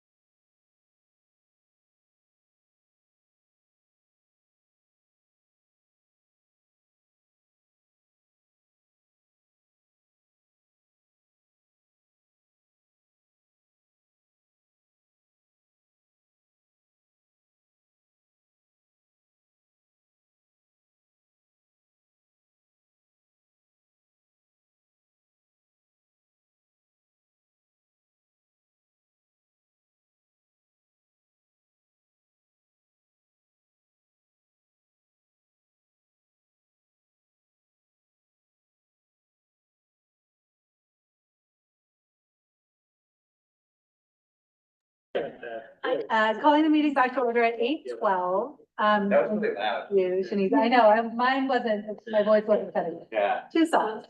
Thank you, Angelica. Yeah, thank you, Angelica.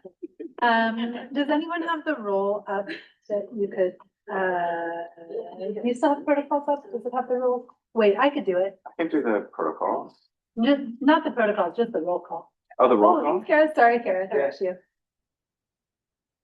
You are the one person we need for bringing everyone back. I got together. yelled at, Kara. He did, not by me. I got yelled at. Yeah. Right. Councilmember, I'm gonna try to do this by memory. Oh, good for you. Councilmember Ana Maria Aguilar. Present. Councilmember Angelica Cesario. Present. Councilmember Jonathan Davis. Present. Councilmember Ken Eby. Present. Councilmember Angelica Jagannath. Present. Councilmember Basil Kremendall. Councilmember Katina Rogers. Present. Councilmember Kim Wanless. She's on Zoom. Councilmember Shinsa Chu. Present.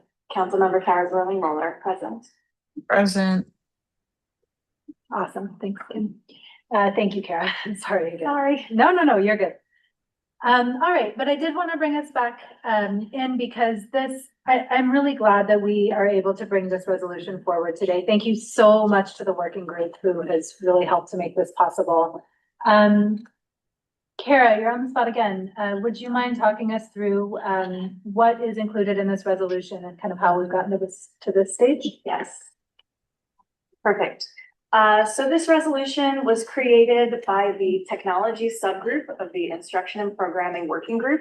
Off the top, I would like to personally thank that group for their tireless work putting this together on a pretty tight timeline. This resolution follows 4 CECs. No. Okay. 4 CECs and a large group of education advocacy organizations in calling for an AI moratorium. This resolution is the first one that we know of following the preliminary guideline that was released by New York City Public Schools. We have integrated this new information into an existing framework. This resolution highlights some serious concerns that families have with what they see as a rush to bring untested AI technology into classrooms. We have concerns about a lack of clear guidance and expectations for student-facing AI programs with respect to safety and educational outcomes. We also have concerns about a lack of reliable safeguards when it comes to data collection and sharing. We also have concerns with the New York City Public School process, which felt at times like it was a discussion in name only. We are calling for a 2-year moratorium on all student-facing AI tools, as well as a pause in AI-based tech contracts being presented to the PEP. During that period, we ask that New York City Public Schools conduct a comprehensive evaluation of the educational efficacy, safety, and privacy risks of student-facing AI-based tools, including review of independent, peer-reviewed scientific research regarding the topic, and that New York City Public Schools appropriately weigh the potential for issues that have not yet been studied, given the novelty of the technology and the profit incentives involved in its development and usage. We also ask that New York City Public Schools develop a set of comprehensive and age-appropriate recommendations and guidelines as to whether and how AI technology will be used in the classroom, if at all, and at which grade levels. These recommendations and guidelines must take into account the concerns about cognitive impairment, instructional efficacy, algorithmic bias, equity, mental health, safety, and privacy, as well as environmental impact, which are inherent in AI technology. Thank you. So I would just add to that, what would I add? This process has been so frustrating, right? I think from where I sit, it was, and this is reflected in the resolution, but it was very surprising that the guidelines were rolled out so quickly, and that information about like what was contained within them came in the middle of that comment period. Families were kind of blindsided by these guidelines being released, and it was not clear exactly what the rush was. Why were we hurrying to get these out? Excuse me, Kara and I were also both on a call with representatives from the chancellor's office, and it did not inspire more confidence. On the contrary, it made us feel even more skeptical. And we were already coming from a position of skepticism about the approach that was being taken. Also, just in the last days, we have seen that the systems that we rely on in all kinds of educational spaces are very vulnerable. We saw this in the hack of the Canvas system, which is used by something like 40 or 45% of all universities nationwide. It's a massive amount of data that's linked through, especially college student access logins to their information, financial data, health data, all of this. So even the systems that school districts or universities are telling us are safe are often not safe. Feel like I'm probably preaching to the choir for folks in this room, but I'm really glad that we're able to bring this forward. I think it's really important for as many CECs as possible to express concern and to try to get the city to pump the brakes on moving forward with this. From a personal perspective, I don't think that we can eliminate all use of AI. Teachers may be using it. It's just, even when you do a Google search, it's pulling in AI in ways that consumers cannot readily control. But that doesn't mean that we need to bring it intentionally as an instructional tool into our classrooms. And I think that the resolution, which was circulated to the council and to the public a few days in advance of the meeting and has gone through some questions and revisions in that time, has been honed to have a sharper specificity. We have narrowed the ask, as Kara reflected, to be a 2-year moratorium specifically on student-facing AI tools in K-8 classrooms. We know that this is not everything and this does not reflect every concern, but we feel that this is an enforceable and a feasible ask. We have asked for no contracts to be issued during that time, which I also think is important because we know that once the contract is issued, number one, they're multi-year, they're huge amounts of money, cost us a lot. They're hard to walk back once they're in place, and the terms change all the time. So something that starts in one place may end up somewhere very different. So yeah, I guess we can open it up now to public comment and then to council member comment. So sorry, that's your job. I mean, it's not my job. It's Kim's job. It's Kim. Yeah. Sorry. No, you're good. Thank you. Okay, let's open it up to the public. Would you like to get us started? Hey, I'm obviously District 15 parent at 261. I'll keep it really brief. Thank you for the working group to put this together. I completely understand, completely agree with everything. And I guess the only other thing I'll add is I was also blindsided in receiving the survey, and even at my own work, the use cases for this technology and the efficacy of it, even for adults, is so in flux. The dust has not remotely settled. We're always rolling things out and then having to roll them back or realizing they're not helping at all. So the fact that this is summarily an experiment on our students, an expensive experiment, is very, very troubling. And yeah, I really appreciate the ask for transparency. And also I'm really concerned that if we didn't get the moratorium, that there would be no opt-out option is another one of my concerns. But thank you. Yeah. Thank you. Thank you. Anybody else, either on Zoom or in person, who have a comment or question? Any working group members that want to add a little more context or? I think that and I'm going to speak for us here.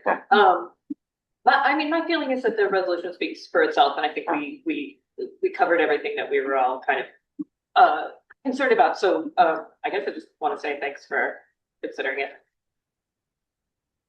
Yeah, go for it. I also want to thank my fellow working group members, including some who are on Zoom, who did work tirelessly, doing amazing things that a non-type A person can't even begin to wrap their mind around. I really just so grateful for them. I also wanted to mention the state auditor's privacy, the scathing report from our own state about the privacy failures in these systems at place right now that our kids are going to be using tomorrow. So I would say what the DOE should be offering is to clean house there, make sure we're in compliance legally, make sure our kids are safe, not seeing things on their laptops that parents can tell you they've seen and show. before we introduce anything new. So again, I also am grateful for my working group, for this CEC, for being open to this. Thank you for having such great allyship, for keeping our kids safe. Thank you. Any other comments or questions from people either on Zoom or in person? We have Councilmember Aviles who just wrote great and full support of the resolution. I talked to an investment firm who's excited about the technology but fully agrees with moratorium in schools. This is great context. Yeah. Yeah. Caitlin, did you have, I see kind of an hourglass thing, but I don't know if I've seen that before. It says be right back. Oh, be right back. Oh, cool. Okay. I love it. I love all the new things that Zoom has added that I've never seen before. Okay. Sorry, guys, I was trying to do bedtime. No. Appreciate that. I've never seen the hourglass. That's really cool. You can do an AirPod in one ear and bedtime in the other ear at the same time if you do it right.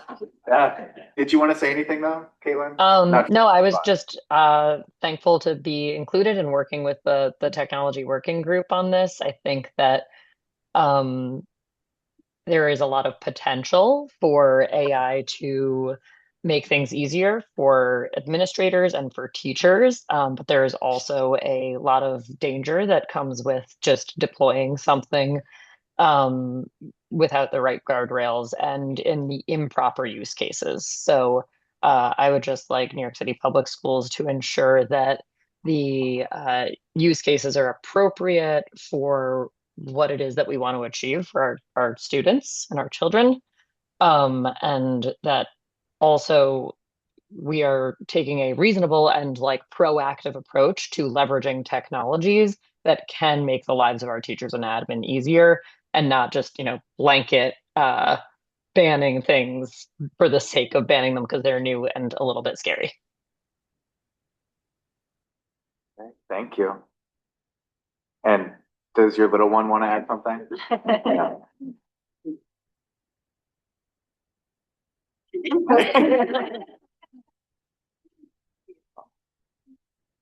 is how we do it. Okay. Any other community members with comments or questions?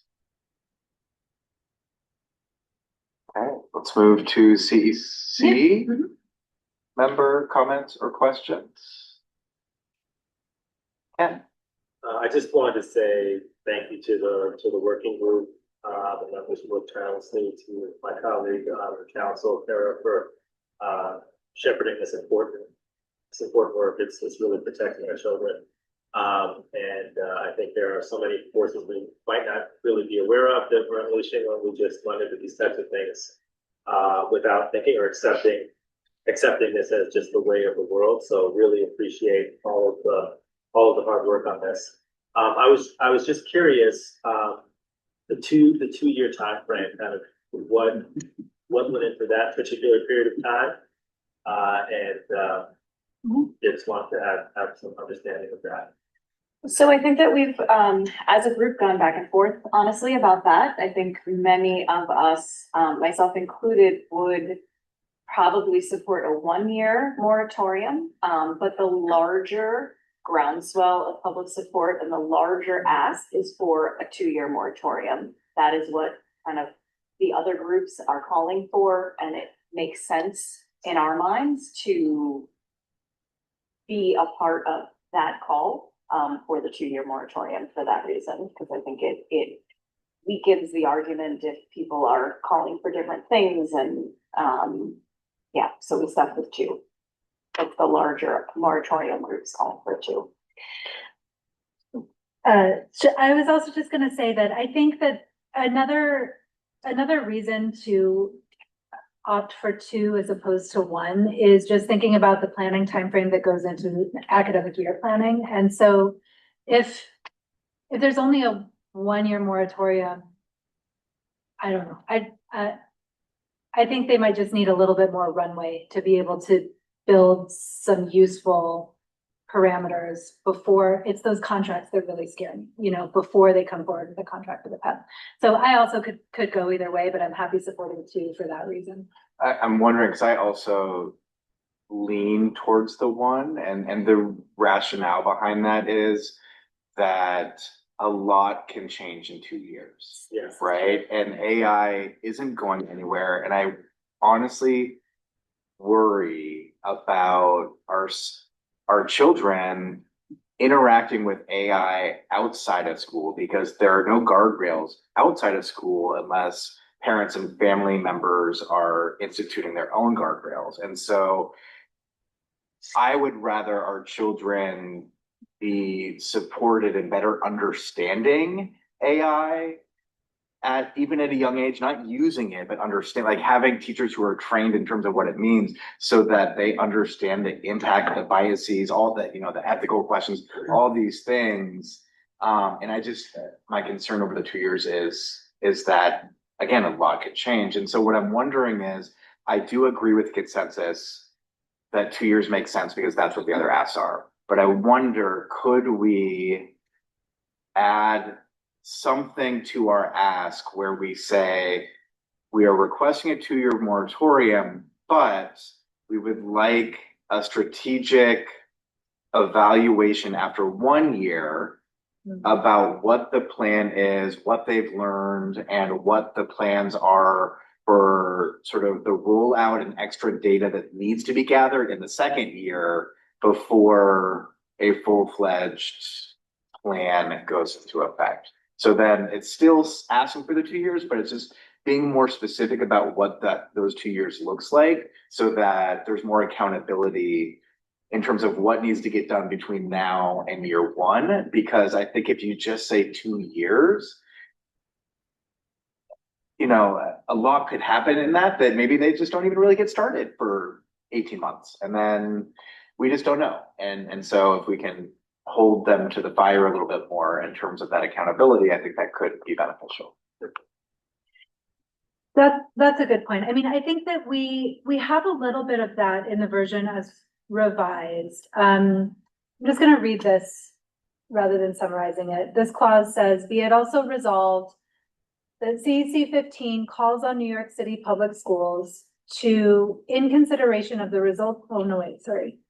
So above that, we call on NYCPS to use this moratorium period to share proposed AI use cases, take comments from the public on specific tools, platforms, and software for specific purposes, use the inputs from those engagements to develop a holistic plan to utilize this technology in schools without compromising our students' safety or education quality.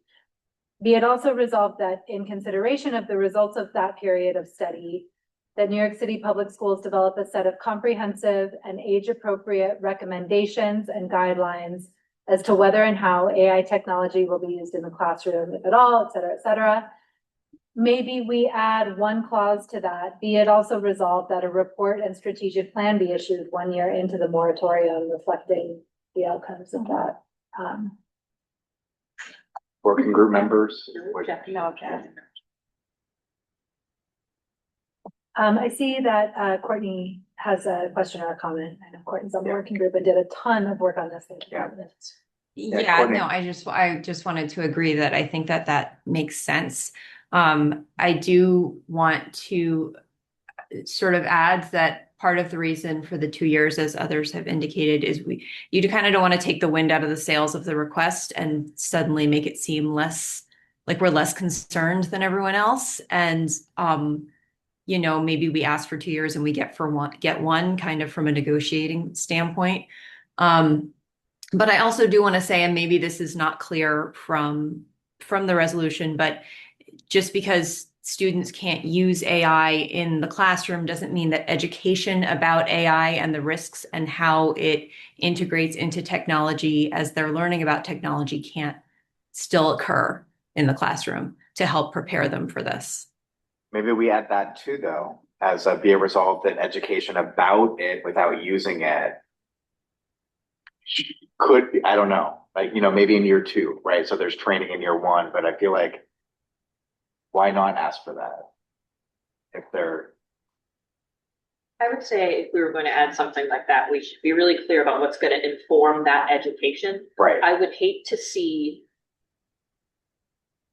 OpenAI Right. have any influence over what it is we teach our kids about AI. No, completely. So I would like to see that. Yeah. And I think we are resolving that there is mandatory training and guidance, so I Right. think we are, it's not necessarily there. for the kids, but I Right. do think that what we have seen so far is that a lot of the people who are advocating as strongly as they are for this are advocating it from a position of working for these tech companies or getting money from these tech companies, and that is who is proselytizing for this right now. Yeah. So I would not assume that it would be different if we called for that. Yeah, I would just say, like, I also shared the same thoughts around the 2-year period, and not even that I don't support it necessarily, but concerns that, you know, is we're gonna just kind of kick the can and not do any work until late in during that time period, and also what's happening in the interim during that 2-year period in our schools when a lot of these platforms, you know, like Google Gemini is mentioned, right? Just the other day, my daughter was researching some like food in Puerto Rico, and Google Gemini distilled like all the, you know, results of what are some traditional foods, right? So that's happening today. So that's my concern, like in a 2-year period, what kind of regulation or education, if anything, is happening to support our students now. So I think that would make sense. Just like we educate our students, you know, with all kinds of, you know, reasoning around what's an reliable source when they're doing research, and just, you know, keeping them, just making sure that there's some kind of supervision in the meantime. And I hear that completely, and I get that, and but I just want to be mindful of the framing of the cat's out of the bag, because I also feel like there have been 4 different AI contracts that have been put forward this year to the PEP, and they are pushing, it's as if they're pushing them forward before this guidance comes into effect. It really feels like they're trying to rush these contracts through so that they can use that inevitability argument. Well, it's already here, right? So yes, we probably can't get it out of Google Gemini, and we will have to deal with that, but we don't have to sign a contract for some other technology just so that they can fall back and say, oh, well, all of these things are grandfathered in. So I do think that while I understand that inevitability or that cat out of the bag analogy, I do think that there is a push to broaden what is already out there before this guidance puts through, which is why I support the moratorium. Because I think they're just pushing them to push them. Yeah, I agree with that on the contract completely, and even the moratorium. It was just specific, like 1 year versus 2 years. No, I get that. And I think the moratorium on the contract. But I also wonder if it's a 2-year moratorium, if that also puts pressure on these technology companies to come up with a cleaner version for New York City public schools to use. Like, you can turn those features off. Yeah, in an enterprise version. So can they turn them off? Because speaking of turning off. Oh my God. Right? Yeah. It's fine. Is that a sign? Very powerful right now. Hillary? Not remembering, I feel like it must be in the resolution, but does the moratorium include an audit of the current uses of AI? And, you know, and that is how we, you know, do the regulation around what is already happening. I'm not seeing anything audit. Like, is that something that we should add to the resolution to have like an audit of what is currently happening? Like what AI platforms, you know, how we were asking for a list of, you know, what AI exists and Like Gemini. yes, like Gemini being on it and how they plan to regulate that. Because I think that is the immediate concern right now.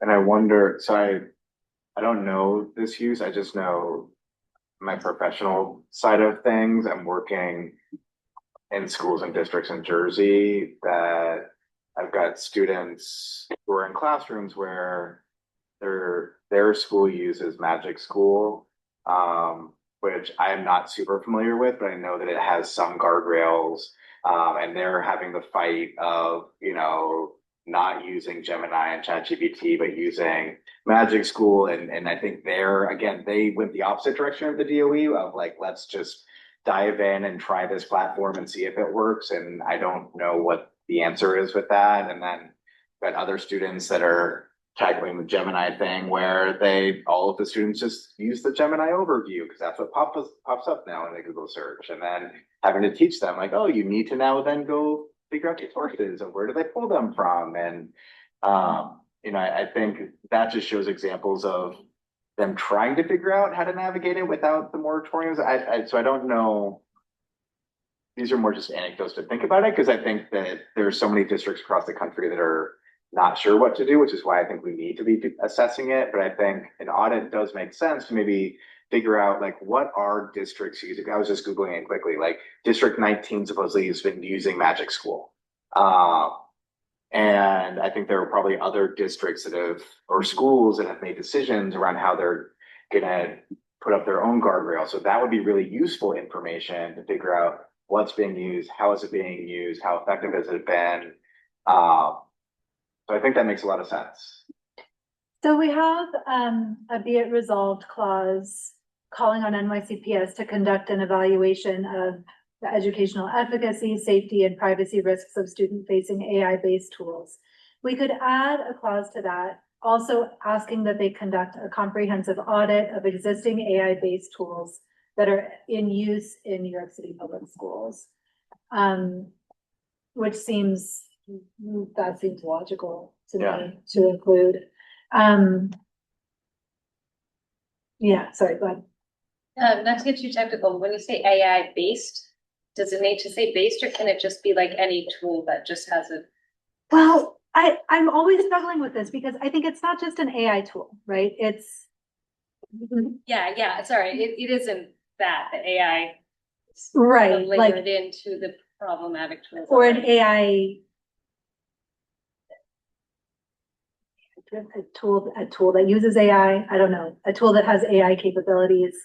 For example, just the most basic tool would be Google. Right. Can my child on their smartboard, if that's the day that they get to type in brain break, can they accidentally type in something that I don't want them to see? Yeah. I believe the answer is yes. Yeah. So that maybe should be, Google has Gemini. Right. So how do we kind of get our entry point to like? Yeah.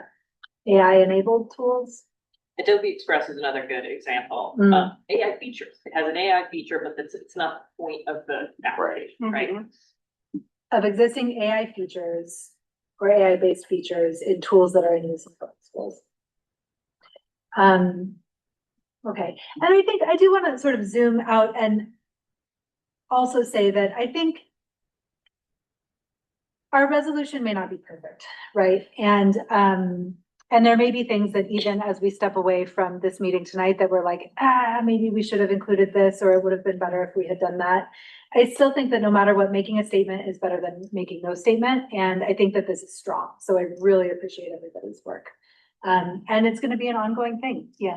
Yeah, I wanted to build on that and also just thank Kara and everyone in the working group for all your effort and collaboration as well. I know I had a lot of comments on the resolution and it wasn't to be difficult at all, but really to kind of push us to get to the best place that we could get to. Like, I think my initial read was that it was overly broad, right? And I could envision many use cases where staff or administrator could use AI in really helpful ways without inputting student data or in any ways that are harmful, right? So I like And all of the data seemed, seemed to be pointed at the harmful potential effects on students, particularly K-8.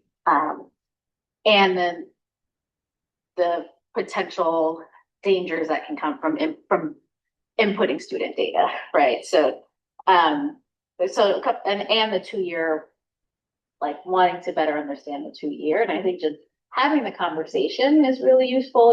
Initially, like I understand just wanting to move forward in solidarity with other CECs, but I also don't want to do something just because others are doing it and following along blindly. Like I think we have a responsibility as CEC 15 to think critically about what we're doing and be leaders where we need to be. So I just wanted to thank the group because I think it's in a much stronger place. I think it's also much more specific about the ask during that 2-year period, which feels very strong and evidence-based, which I think is really important. So all that to say, I think it's in a much stronger place now. Thank you so much. I think you really did focus us really well. I do one additional comment to that is I agree with you on the not wanting to just do something to do something. And I think or because other people are in support. Yeah, clarifying that balance. I will say that meeting with the chancellor put a lot of resolve into me that we needed to do something because it was apparent in that meeting that they don't know what they're talking about and they're just pushing this through. It was bad. It was really eye-opening to me. I went in there being a little bit skeptical about the moratorium, and the more they spoke, the more I said, not on my watch. Like, this is not okay. You guys don't know what you're talking about at all, and you haven't put any of these things into, and you are just doing lip service to listening. Yeah, and I'm glad that you both attended with that meeting and raised those concerns because, I think many of us were maybe just assuming that the due diligence was being put in. Because that's what you hope. Right. And just to be clear, specifically when I was saying, like, I don't want to just follow what others are doing. Specifically, I meant the 2-year, and I wanted us to, like, think thoughtfully about that 1 versus 2-year time period. Okay. I also just want to express gratitude for the we've had some marginally different opinions on our group and that I got to see people work together and I think it made it stronger. And even saying this, really appreciate how thoughtful and respectful. I do think it makes things stronger, like lessons to be learned broadly in our country today. I was wondering if there might be room somewhere to have something about not having someone who is industry connected or an industry like OpenAI running the training, being the head of guidance, hypothetically. Is there some room to say something about that?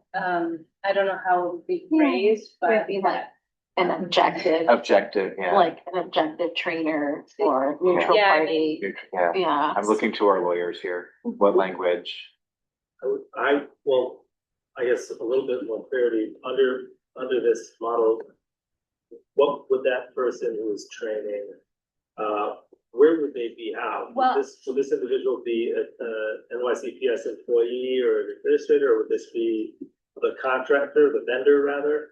I mean, I don't want to get into too much of the weeds here, but I'm under the impression that one of the people running the guidance is a Google fellow, but I don't know if that's like very high level, but also that we have an OpenAI contract teacher, like just to make sure that we have an objective DOE voice at the very top, in addition to the chancellor, but I know the chancellor's spread very thin, so just to make sure. So I don't know if that's too complicated, but that would put my mind at ease to know.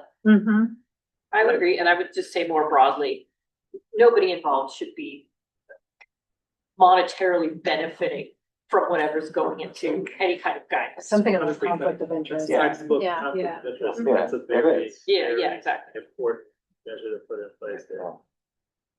We shouldn't even have to write that. We do know. Yeah. Also, sorry, just separately, maybe it's not a today conversation, but the report around all the privacy violations in existence today, I think that's something we should I think that independent of AI, it's related, but it's something that DOE needs to address immediately, so we should. We did a we might wanna resolution think about 3 years ago on that. When there was another massive breach. This keeps getting worse. Keep Worse, pushing. yeah. This got to be a next. I haven't done enough research in terms of the agents who are involved in some of these cybersecurity breaches leveraging AI to do it in a more rapid and more aggressive I'm sure. Yeah. way. I mean, Claude was proud that they had developed systems that could exploit technological weaknesses, so I'm sure. These folks are probably putting their request into Claude, saying, how do I develop this, in a more efficient manner to get past all of these protections? Yeah. I just think it's so important to restate the fact that this is not just your average run-of-the-mill government contract. This has to do with personal information, which has to do with our children. This is it's separate from building a bridge or a tunnel. This is where you think about AI companies coming in and how they do things more efficiently. Yeah. So I just want to kind of underscore the fact that it is really important for this to be in place. It may not be perfect, to your point, Katina, but it is very strong. It raises all of the issues that we should be keeping our eyes on. Thanks for. Well, I would move to vote as amended. But I would move to vote to approve the resolution for a 2-year moratorium on student-facing AI in grades K through 8 as amended during the meeting tonight. I just wanted, there were a few people we haven't heard Oh, I'm from, and I sorry, just I'm want to sorry. make sure Yeah, totally. those that haven't spoken have a chance to, if they haven't. Well, I just want to thank you all for putting this together. Thank you, Kara. I think it was so important. I think this is what, when we thought about working groups and when you all thought about working groups, this is what we were thinking. This is so important. And studying our caregivers, our parents to really think about our children and all the children in New York City public schools. And then again, like Kara had mentioned, we expected to receive more guidance, and that was a given. So it's really scary. So I completely agree with the 2-year. I think putting in the 1 year, as Jonathan suggested, it's great because that would give us more 2 years technology. That's very long time to know what's happening. So that 1 year is crucial. And I think, I mean, like it was said, it might not be perfect, but I think there's something definitely that we need to put out there. Thank you very much. Angelica, Shinsha, anything else? Yeah. Jonathan, did you see the comments in the chat? Yes, so just to note that it was particularly shocking that the proposed guidance acknowledges all of the risks parents are concerned about and puts them aside for answering another time. And then a comment that more important, the contract. So that was the question of the neutrality. Someone saying, is it more important that the contract awards stage rather than the training?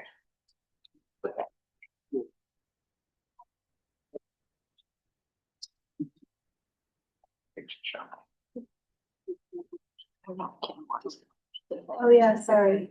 I'm just. Kim, did you want to add anything? No, nothing besides thank you for everyone that worked on the resolution, and I was impressed with the working groups, just how thorough they were in terms of presenting the different points, especially since it was the first time doing it. So applause to them. And thanks for leading that working group, Kim. Yeah, thank you. Well, Kara did all the work with the technology. Team effort.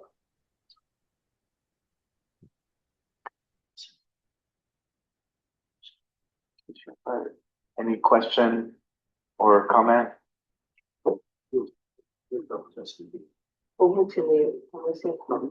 Not now. Okay. Okay. All right. Okay.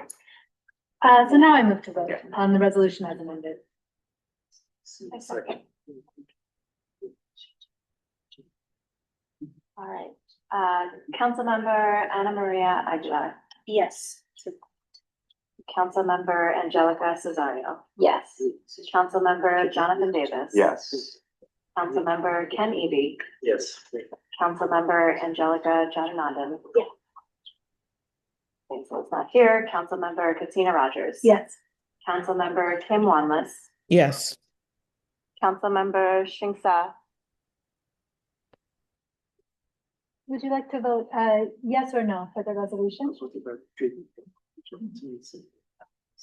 Yes. Yes, perfect. And Councilmember Kara Zorlin Muller, yes. It passes. It passes unanimously. Thank you all.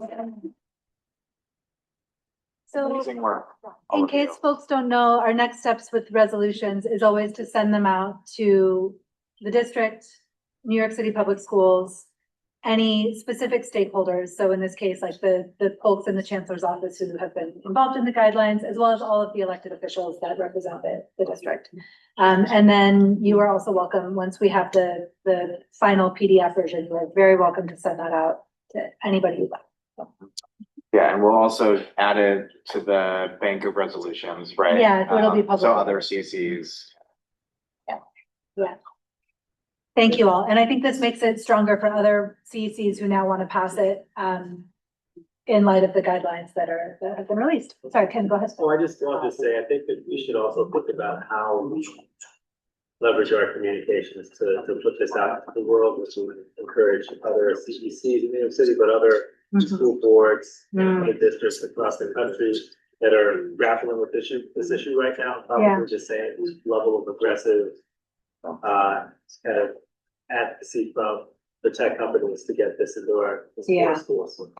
Congratulations, you're the new communication chair. I used to have that role. It's all yours. All right. I was gonna say, on that note, I wonder, I was just looking at the title and then we voted, but it is a little, the title is broad, I think, like where it's, because it is K through 8, but for pre-K through 8 that we're focused on. So maybe when we like announce the passing of the resolution, we just kind of summarize what it entails. Give kind of a plain language. Yeah. So great. Oh, thank you. And thank you all for coming tonight. Appreciate it. Thanks for having me. All right, we do have a couple more agenda items, council members. If members of the public, if you would like to call it a night, we will totally understand. But we have working group updates, finance report, and talking about next year's budget, and some nuts and bolts around the superintendent evaluation process. So we've gone into a lot of detail about the instruction and programming working group, I think. Bye. Thank you so much for being here. I don't know if there are any other working group updates that folks from those spaces would like to share. Working group. Yeah. The equity and language access working group, we met end of April and agreed on like moving forward. I think one meeting a month for us, what we'll be doing. We found some resources on the website. It's like hello.nyc or something that has surveys for how like what people's experience is with language access in the schools. You can request interpretation on there. You should be able to go to your school first when you know that you have a meeting coming up and request for it, but there's also now this website where you can request. And then you can file a complaint. And so we discussed that. We went through the website. We were thinking about like, okay, a lot of people don't know that this exists. So how can we get this message across? I reached out to our parent coordinator who put us in contact with the person who's like kind of leading these efforts. And one of the working group members is reaching out to them. So we'll have more info on that. I think it might be a relatively new, and not the website itself, but all of these forms. I want to learn, when you file a complaint, where does this go? How long does it take for anything to happen? So we'll learn that, especially if we're gonna, be pushing people to fill out these surveys. What is this going to accomplish? Let's see. We also want to find out whatever happened after that city council meeting that Keisha spoke at, where they were discussing language access, because they seemed like it's very motivated to improve this, but I don't know what happened after that. And we're just trying to figure out how better to spread this information. The next meeting, we want to talk about funding and aligning with the group. I think, what was the acronym for they came to our last meeting and did a presentation on funding? Oh, yeah. Center for yeah. There's a lot of acronyms. There are a lot. But aligning with the group that's already doing this. Center for Equitable Education. Yes. Yeah. Aligning with the group that's already doing this work. And then the fundraising idea that we had discussed a bit, that I will refer to as the big Band-Aid fundraiser. And I really, one of our working group members is on the President's Council, and she happens to be PS 39's PA president. Just figuring out what, if every school is set up to receive donations, and making a district-wide campaign for us to be able to get funds to schools and not just some schools. Amazing, thank you. What has attendance been like? Last one was lower, so I have sent an email out about the upcoming meetings. Bye, Anna. No, it's okay. Thank you for being here. So last time it was just me, Teacher, and one other parent. But the first one had several parents, I think because we sent out the invite to the whole mailing list. And so if we could, like, looking forward to next year, have our dates set so that we can also have the links. We have to request interpretation in advance, which we should be doing for all of these meetings. So if we could get like a good calendar and then send it out to everyone. Hopefully we have more people attend, but we did have interpretation at the last meeting. It's a hard balance between having the flexibility and having enough planning to make those things possible. I mean, I think that's really one of the challenges. We, at the Operations and Infrastructure Working Group, we had more people this past time. I think also because we sent out, not only did we send something out to everybody, but we tried to sort of gloss what we were going to be talking about. And we were going to have a guest speaker who was there, the person who runs PIST, the Parents for something. Improved Student Transportation. Yeah, thank you. The best acronym. The best acronym. Yeah, so. Oh,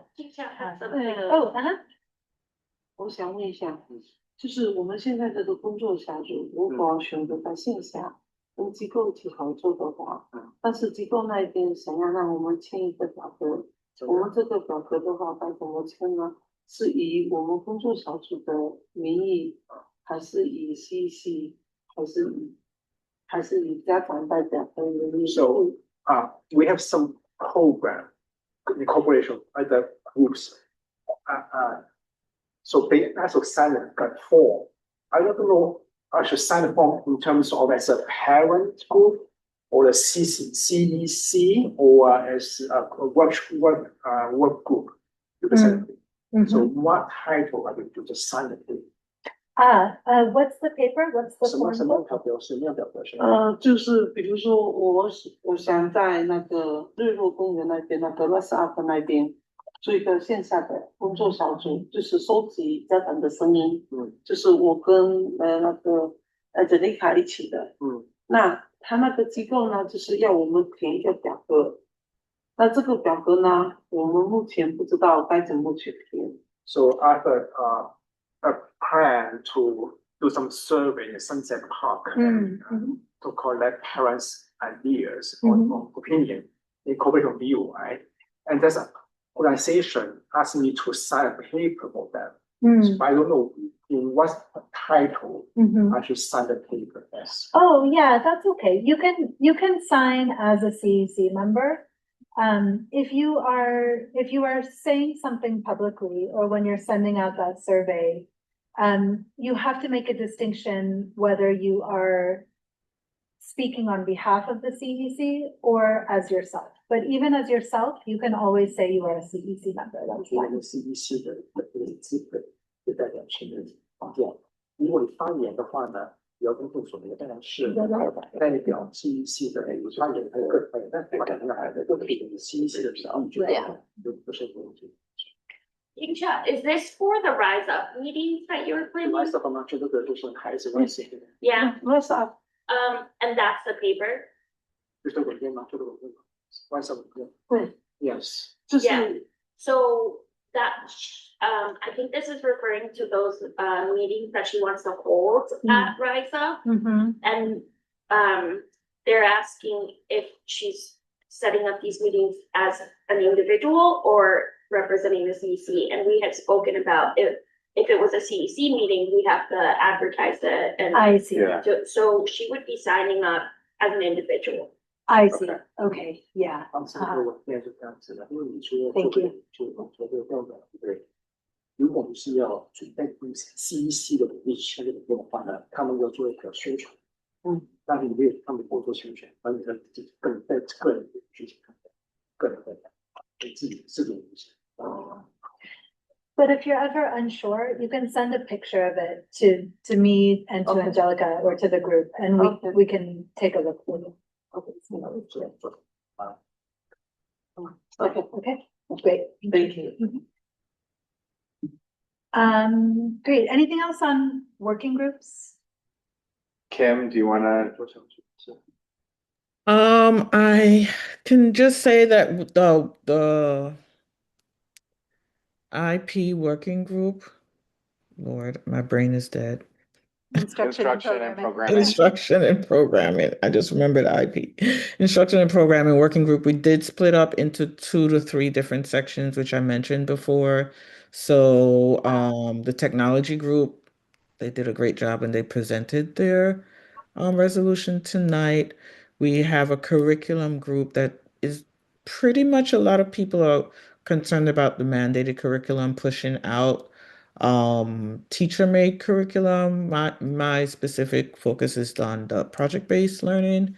So we're working through what a resolution would look like. But we're getting there. I don't know if we'll have something for June. That's our hope, but if not, then we'll have to see if we can do it a little later. But it's going well. Okay. That's great. Thank you. You're welcome. Great. Okay, shall we talk about finances and starting to look ahead to next year's budget? Does anybody else want to be the treasurer next year? You're so good at it. I've never filed my own taxes. All right, we kind of need like a rough draft. I don't know, should I send it? Oh, let me drop that link. Sorry. Was it in the agenda? No. Sorry, too many windows open.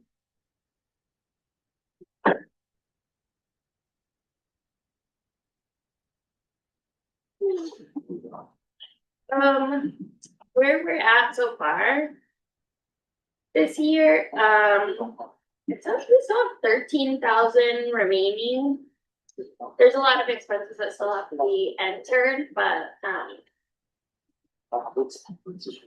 we're wrapping up the year and can't spend much more anyway. The biggest thing before the year wraps up is, getting in our reimbursement forms.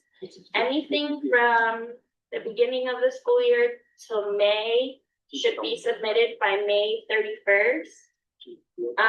Let me just restate that again. Please, please, please, if you have been sitting on reimbursement requests, submit them by May 31st. We know there will be one last month of stuff to take care of, but we just cannot keep doing this, like filing stuff late and paying for it out of the next year. So, yeah. And we have big plans for the money for next year, once we learn how to spend it. Once we learn to get that money, we have plans for it.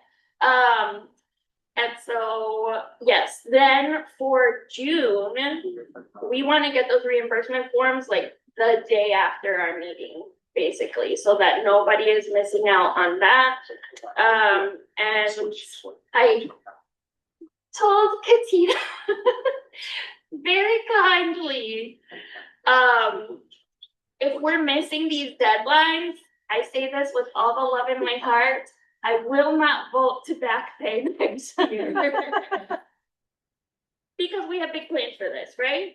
And because we have time, and I'm saying this over and over again, to get it in by the deadline. I understand that sometimes like the system gets backed up and whatever, and in that case, fine. But like, let's get it in by the deadline.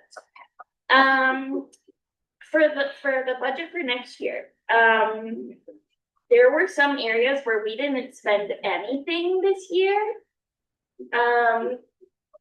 One of them being transportation of staff, AA reimbursement. Shanice, you gotta use your money.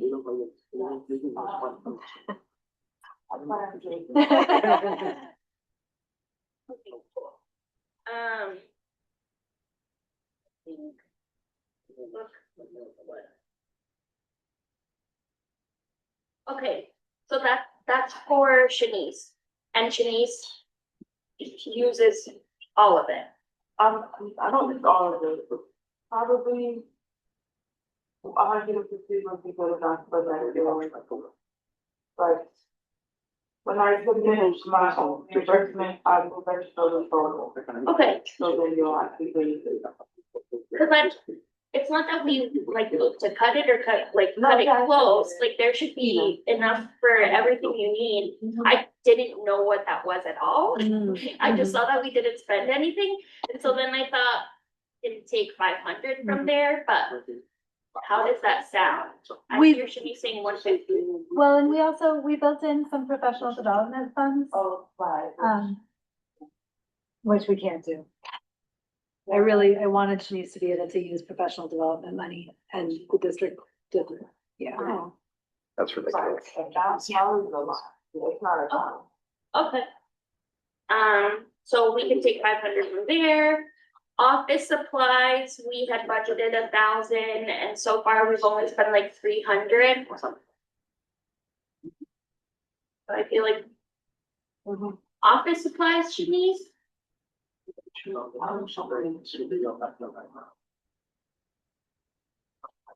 I think there's places where we can take a little bit. Technology, we didn't spend much. We bought a new one of these. Is this the new owl? Is this the new owl? No, that's the old one. We have a new one, and that was just because we wanted to spend before the time was up, but I don't know that we have that many big technology for next year. Yeah, I think the thing for us to think about would be whether any like laptops or anything need replacing. So we can think about that. But then like thinking about where we can pour funds is great. Yeah, and then just adding it wherever we take from. Not that I want anything to go without. Just like, where have we not spent money, and what can we be putting it towards? And I really want to put it into like events or like how to support our schools. Yeah. It's just so hard to get them the money. Yeah. Like, can we do that backpack event that we wanted to do in September, August? It's really fun. It's like we'll do it till next year. Yeah, I think hopefully we can get it figured out by August, but I thought that it was simple to charge for services instead of items, but it's not, because then you have to find 2 other companies who offer the same service. Yeah. And it's not like, and yeah, it's just not that simple, and I understand why it's not. Yeah. So that you're not giving contracts to like a friend. Yeah. I understand it, it's just not easy to get but we'll figure it out. And yeah. Frustrating that those regulations are so much harder to navigate when you're trying to spend $500 for backpack. Yeah. Than when you're spending like millions of dollars Yeah. on like building stuff. Just saying. So that's about it. Got my update. Thank you, Angelica. I have an important question related to swag. There are a lot of empty threats. I said, like, give me your size, or I'm gonna guess when I order it. I have not ordered them, but we still have time because we won't get hoodies. The order has to be under 250 at this point, but we can do t-shirts. Awesome. And then I just have to figure out. Shanice and I spoke about it already. Nice. And we can be thinking about like legislative breakfast next year too, as a good opportunity for this kind of thing. Yeah. Do the other CECs host events? Do we know? And like, how do they, can we That's a learn great from question. other CECs maybe? We know what they're doing. Chat on the Signal. Yeah. I'm sure we can find Or I someone could there, ask like them. how to do this. Yeah, maybe let's do that. This is silly. Someone must have figured this out. I thought the same thing about like the technology, that someone would have figured it out, but just trying to find a list. Can I give an update on that? Sure. Real quick. We've been trying to get a better mailing list system out. Right now, Shanice has to copy everything over because we're using Outlook, and Outlook doesn't have groups, and I'm on the mailing list like 4 separate times. I get it to all my different emails and there's no way to get off of it. It's a mess. So we were thinking about doing MailChimp, but that's an extra fee. And then it's just another platform that we have to keep track of. Like GoDaddy is where we host. We bought our domain. I'm not sure if we bought our domain. Our domain and our host hosting. the website on there, and they have mass emailing. So we were looking at all the options, and Katina messaged like IT. And I've been taking calls with them. They came up with a solution that's going to be free for us. Yeah, Google Groups. It's very simple. There's a lot of these services will charge you depending on how long your mailing lists are, how many emails you're sending out every month, and there's limits on all of that, and it can get expensive. Google Groups is through the DOE, like they're gonna set it up for us, and there's an unlimited number of people you can add to the group. We Katina, Jonathan, and I, we were like testing the email, and it was pretty easy to set up, and you can set all these controls. If you're part of another Google group, sometimes it allows for like conversations to happen between, but you can change all those settings so that it's just the owner of the group sending those out. And then the DOE said that they would make us like, what do we even call it? External DOE email addresses. Instead of being at Gmail, we can be, he responded today, it would be at DOEexternal.nyc. I don't know if we care to do all that, but we just wanted a more, like, it would have been nice if it was at CEC15.org. Right. But, and we could do that, we'd have to pay for that, but they can do that external one for free if we decide. We just have to give them a bunch of more information. I feel mild anxiety about having to go through them if things go wrong, you know? But we can talk about it. Yeah, that's a good point. I was thinking it does feel more official than like if I'm emailing like a principal from a random Gmail. I really wanted at CEC15.org. And we could allocate budget to that. If we put it in, the only thing we can't do Google work space, he told me we can't because the DOE already has theirs. They use Outlook. right? Don't they, or are they? The external ones, he said, the ones that they come up with, we could access through Google. Yeah. I feel medium convinced about it. I think maybe, like, I know, I have an email for our school's fundraising, Mhm. and it's at, it's at ps39.org, Mhm. but I access it through Google. Okay, interesting. Yeah. Could you ask them how they set that up? And I'm pretty sure they use, like Google Workspaces, Mhm. right. And I just emailed like someone in admin and asked for a fundraising thing. They made it, and then I signed it on Google. I just really feel like that's a better solution, even if we have to pay. Okay, well, it's getting us further. Yeah, we're getting there. Yeah. The mailing list is a priority, and I think that we've got that. I've messed up Shanice's mailing list completely. I was trying to organize everything and I don't know what I did. So I'm so sorry. We'll have it for next year. But yeah, and if we do decide to have like more official email addresses, work that into the budget. Yeah, exactly. So when does the budget need to be finalized? So timeline for kind of what happens next, the end of this year's cycle is our June meeting, and then our July meeting, which I think we are agreed to July 21st. Our July meeting is considered the annual meeting, and at that meeting, we do election of officers. Do we also do budget and approval of budget? And then after we approve a budget, Shanice submits it through the DOE's systems, and funds get allocated usually by August.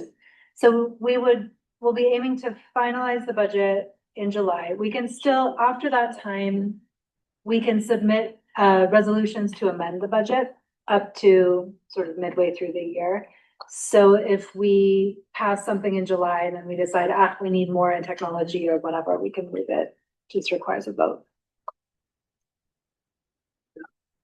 Great. Oh man, but we're starting in such a better place for next year than we did this year. It's so good. It's great. Exciting. Yeah.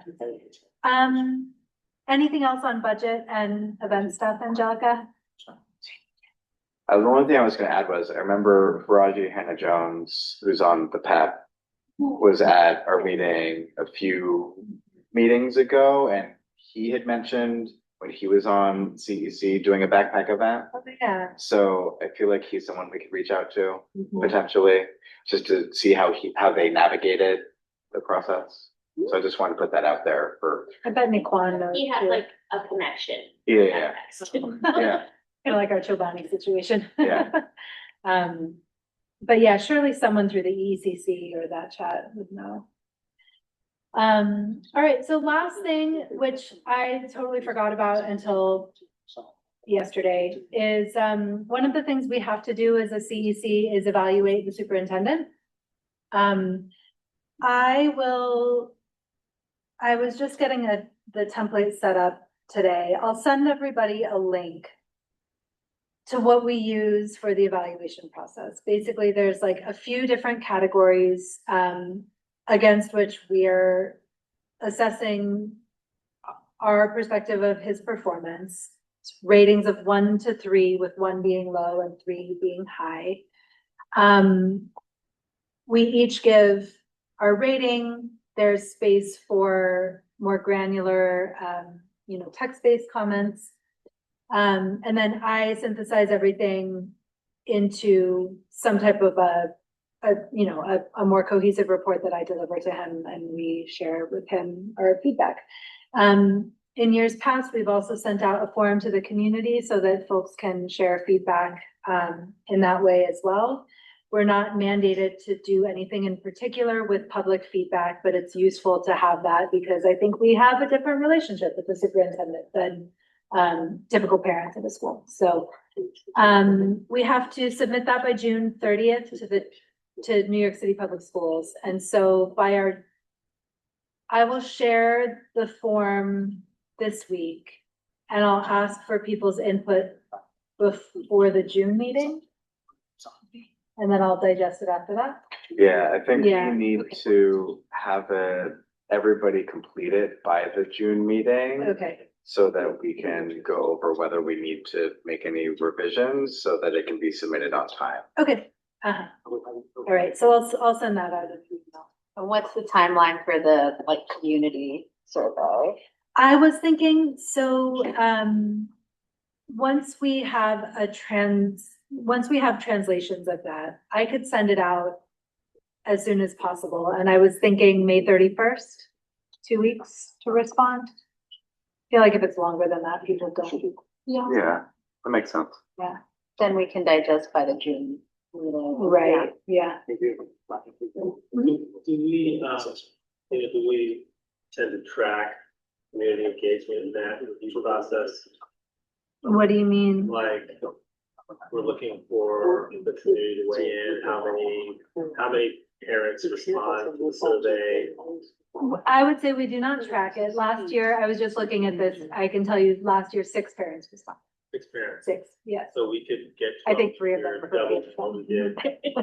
We blow our metrics out of the water. Yeah, we could even triple it. That's an important metric for us to track, just because Yeah.